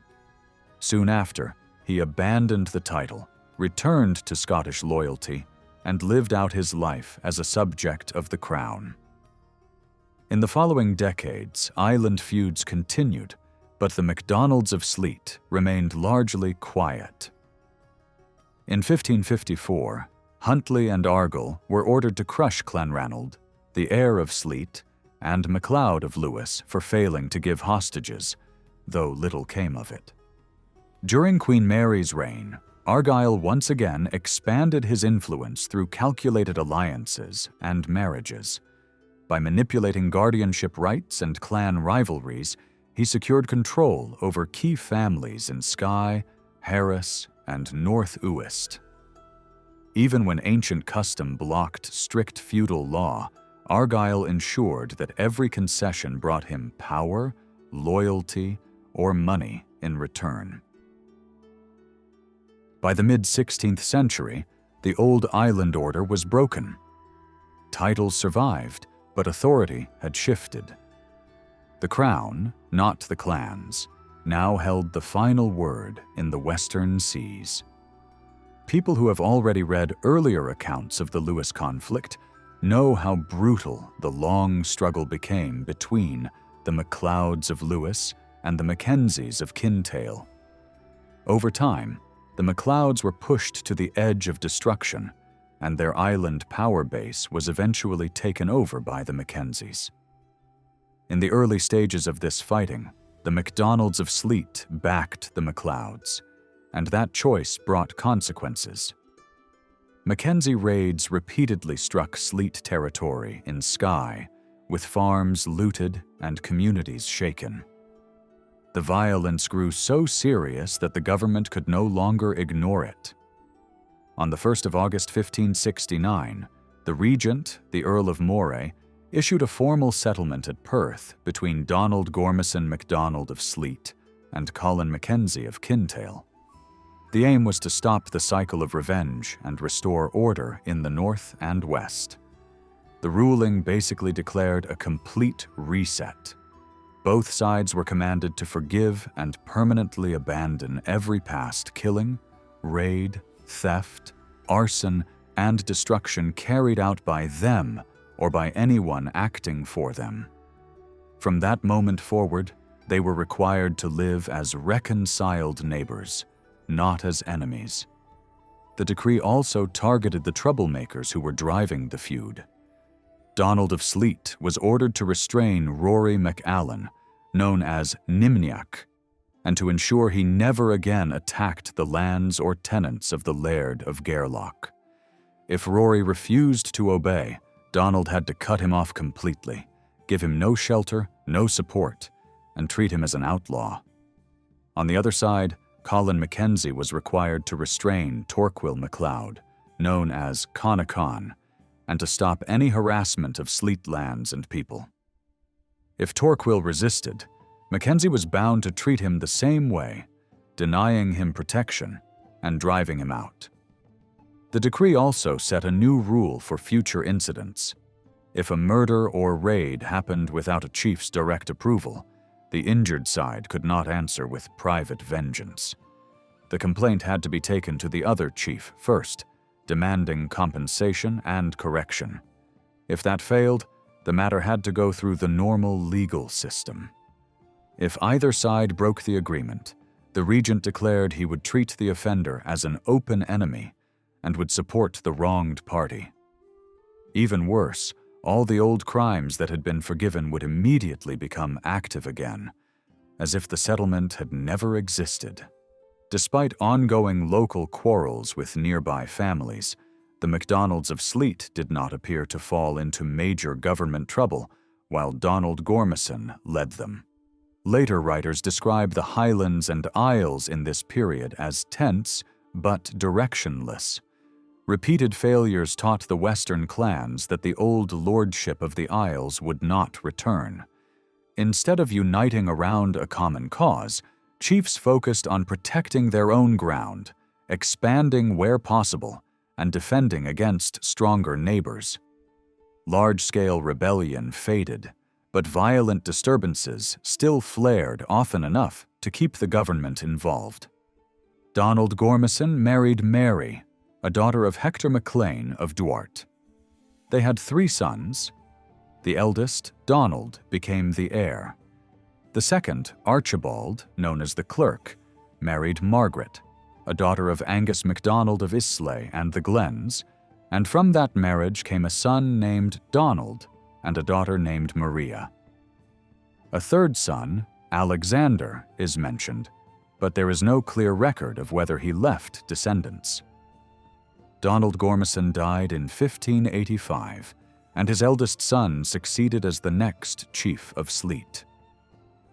As soon as Donald Gorm Moore took leadership, he was pulled into serious conflict with the MacLeans, and the spark came from betrayal inside his own wider family. A dangerous figure, Hugh, son of Archibald the Clerk, set events in motion. Not long after the new chief took power, he traveled to Islay to visit his relative Angus MacDonald of Dunaveg. Bad weather forced him to shelter in Jura, on land controlled by MacLean of Duart. Around the same time, Hugh and another MacDonald leader were also driven into nearby shelter. During the night, those men stole cattle from MacLean territory and fled, expecting that MacLean would blame Sleat for the theft. The plan worked. The next night, a larger MacLean force struck the Skye party while they were unprepared. About 60 MacDonalds were killed. The chief survived only because he happened to be sleeping on his galley that night. He returned to Skye furious, convinced he had suffered an unprovoked attack, and his anger spread quickly through MacDonald allies. Retaliation followed, hard and fast, until the Crown stepped in. By September 1585, the king was writing to MacLeod of Harris urging him to support MacLean against the MacDonald coalition, which had already inflicted serious damage and threatened to do worse. MacDonald forces from multiple branches rallied, determined to avenge the slaughter and the humiliation of Sleat, even though most of them had no idea the original crime had been engineered by their own treacherous kinsmen. A later local tradition tells the same story in a more dramatic way. Hugh is portrayed as plotting to seize Sleat power for himself, building a strange coastal tower as a private stronghold. The tale claims he later exposed his plan by a careless mistake with letters, sending the wrong message to the wrong person. Once the chief learned the truth, allies in Uist were ordered to arrest Hugh. The story describes Hugh trying to disguise himself in women's clothing and pretend to be working at a hand mill, but he was recognized, seized, chained in Duntulm, and left to die in harsh conditions. The MacLean chief of Duart managed for a time to gain the upper hand. In one grim episode, hundreds of MacDonalds were killed, and a truce was only obtained when a major concession was forced from the MacDonald side. That humiliation drove MacDonald anger even higher. A large alliance was formed under the Sleat chief, drawing in MacDonald groups from Kintyre, Skye, Ardnamurchan, and Clanranald, along with smaller allied clans. They struck into Mull so suddenly that MacLean was not ready to meet them in open battle and withdrew with people and movable goods into a mountain camp. The invaders landed on the western side of Mull and advanced toward the MacLean position. A young MacLean leader broke orders, attacked too early, and was overwhelmed, losing most of his small party. The next day, the invading army moved again toward the main pass, where MacLean intended to hold them. During the march, a MacLean ally traveling with the invaders grew visibly uneasy and spoke of a nightmare that predicted disaster at the very place ahead. The story says this fear spread through the attackers. When they saw the MacLeans strongly placed at the pass, panic took hold. The invaders turned back, their formation collapsed, and they were cut down near their boats with heavy losses, while the defenders suffered almost none. Soon after, another MacDonald attempt ended in a severe defeat near a small island south of Carrera. Many MacDonalds were killed, and several leading figures were captured, including the Sleat chief and other major allies. The numbers given by hostile sources describe the MacDonald force as far larger than the MacLean army, adding to the humiliation of the defeat. At this point, the government forced a temporary settlement.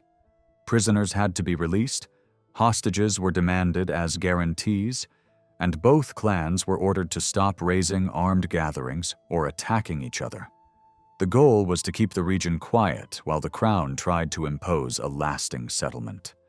In April 1587, the king personally wrote to a leading northern noble, warning that the Isles were still dangerously unstable.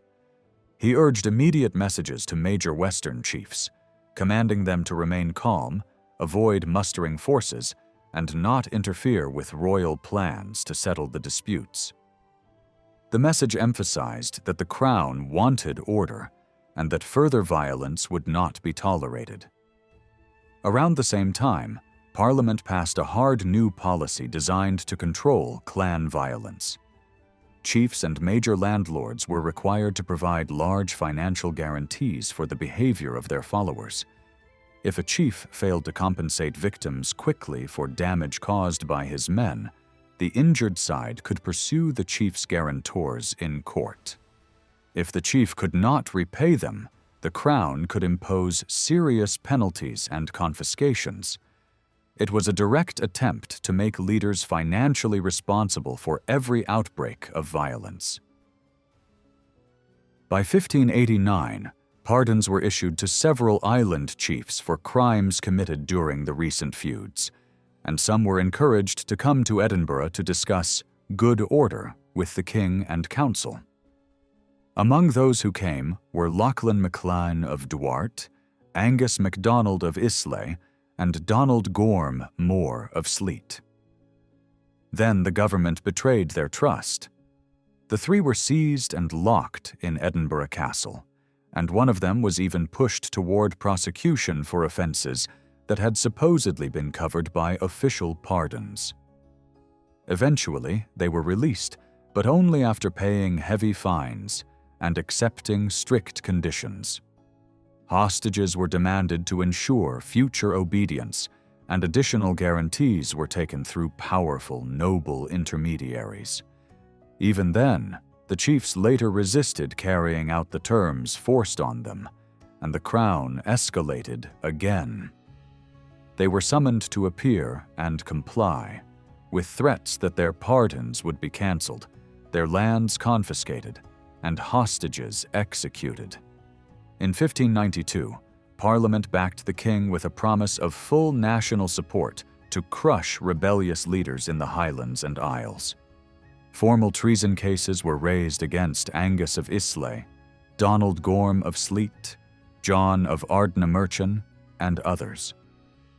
For a time, larger political crises elsewhere distracted the crown, delaying action. But in June 1594, the forfeiture of these leaders was finally pushed through. Despite being officially condemned, Donald Gorm did not act like a defeated man. Alongside Rory More MacLeod of Harris, he led hundreds of island fighters to Ulster to support Red Hugh O'Donnell, who was resisting English rule. After meeting O'Donnell and accepting his hospitality, Donald Gorm returned home, leaving his men in Ireland under his brother's command.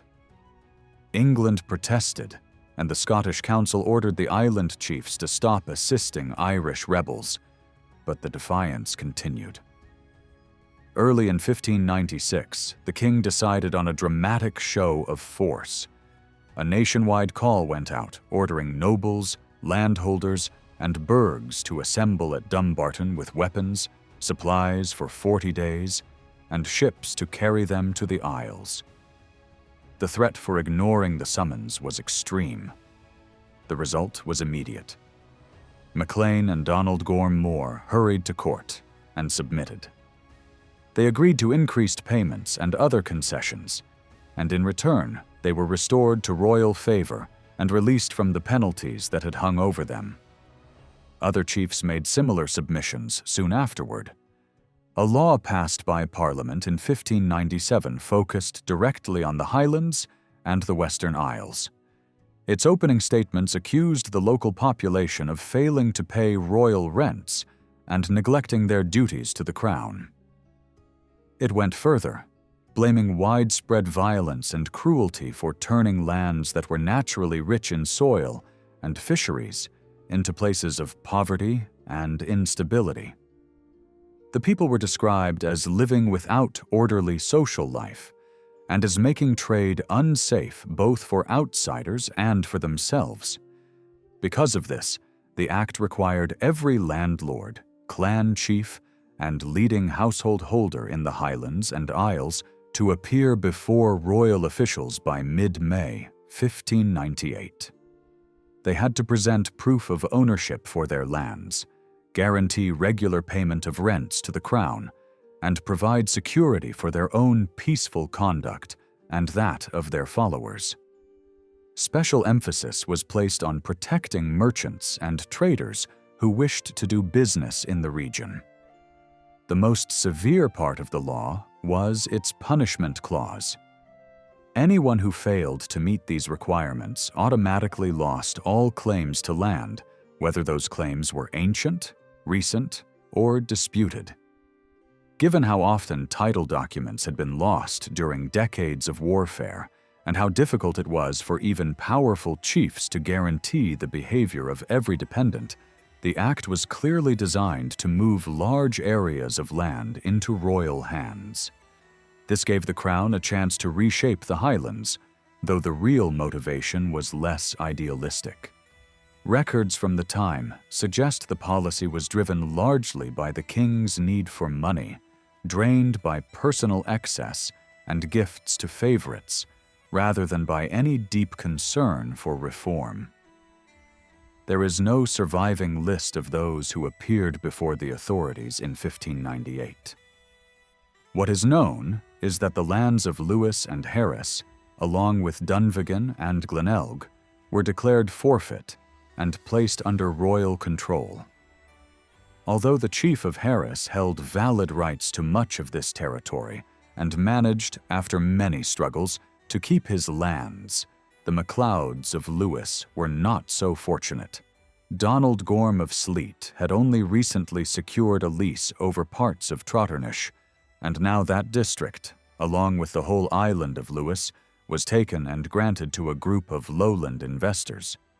These men never succeeded in holding the land, and the island chiefs eventually forced them out, reclaiming Lewis through their own power and alliances. Around the same time, Donald Gorm of Sleat turned his attention southward. He quietly reached out to Queen Elizabeth of England, presenting himself as Lord of the Isles and leader of the Clan Donald. He listed the many island chiefs who would follow him and suggested that, under suitable conditions, they could abandon loyalty to the Scottish crown. He promised that his supporters could stir unrest across the mainland, drain royal resources, and weaken the kingdom from within. To strengthen his offer, he claimed knowledge of secret dealings between the Scottish king and Irish rebels, as well as hidden Catholic networks working behind the scenes. He declared his hatred of these causes and hinted that such information could be shared if he were properly rewarded. No clear response from Elizabeth survives.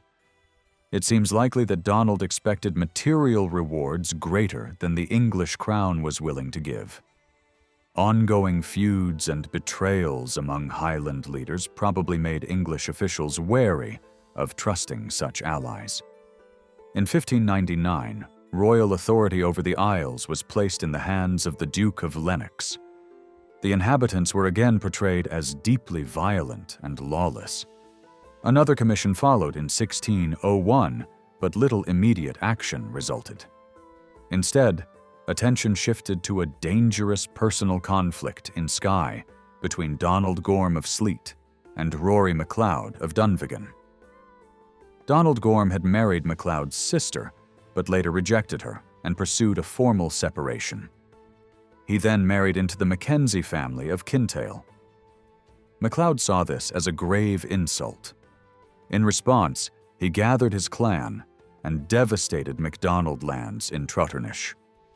The MacDonalds struck back by laying waste to Harris, killing inhabitants and seizing cattle. The feud escalated rapidly. MacLeod forces raided North Uist, but a small MacDonald group fought them fiercely, killing the raiders' leader and driving them off. The conflict grew so intense that entire districts were stripped bare. People were reduced to surviving on animals that were never meant to be eaten.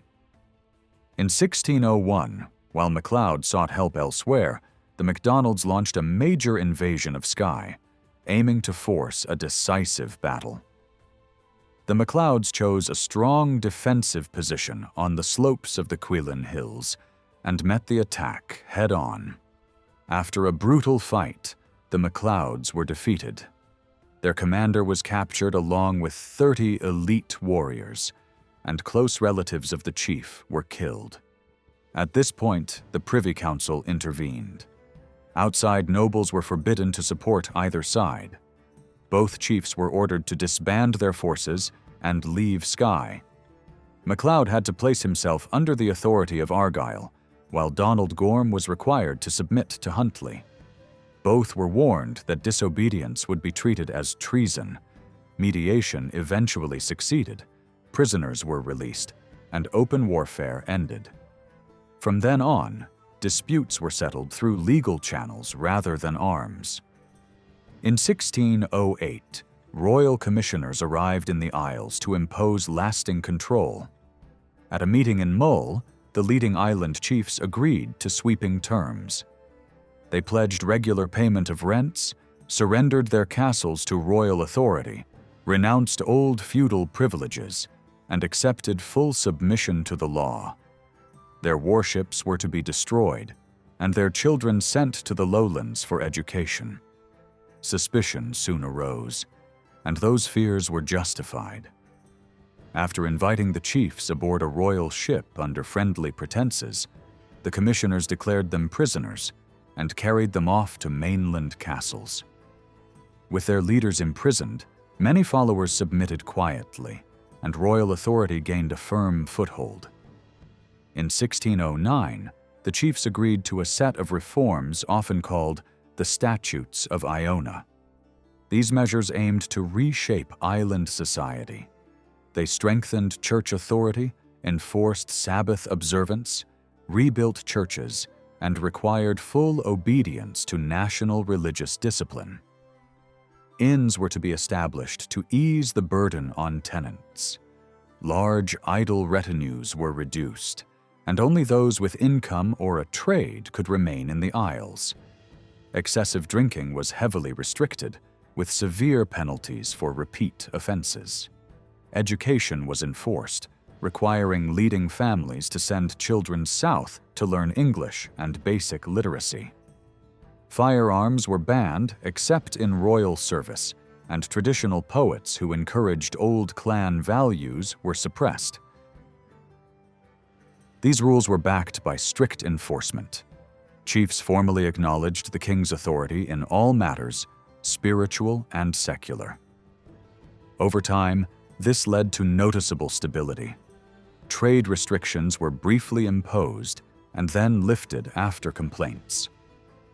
By 1610, Donald Gorm of Sleat and other chiefs appeared before the king, agreed to uphold the new order, and promised to support royal officials.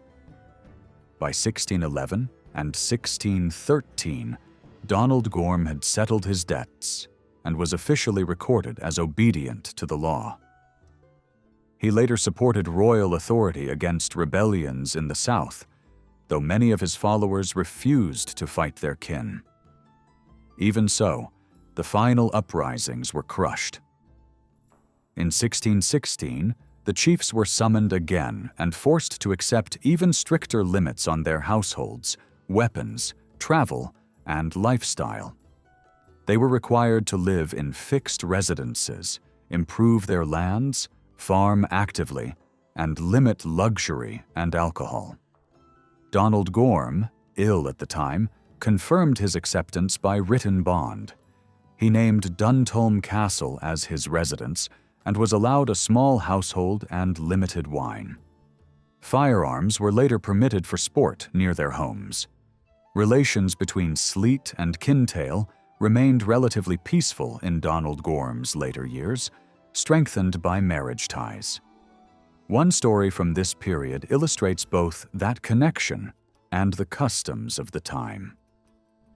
A trusted Mackenzie ally once rescued Donald Gorm's wife from financial difficulty while her husband was delayed.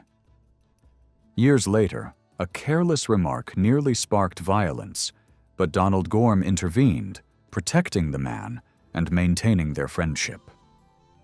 Donald Gorm More married first Margaret, daughter of the chief of Harris and Dunvegan, though that marriage ended in divorce, setting off many of the conflicts that shaped his later life.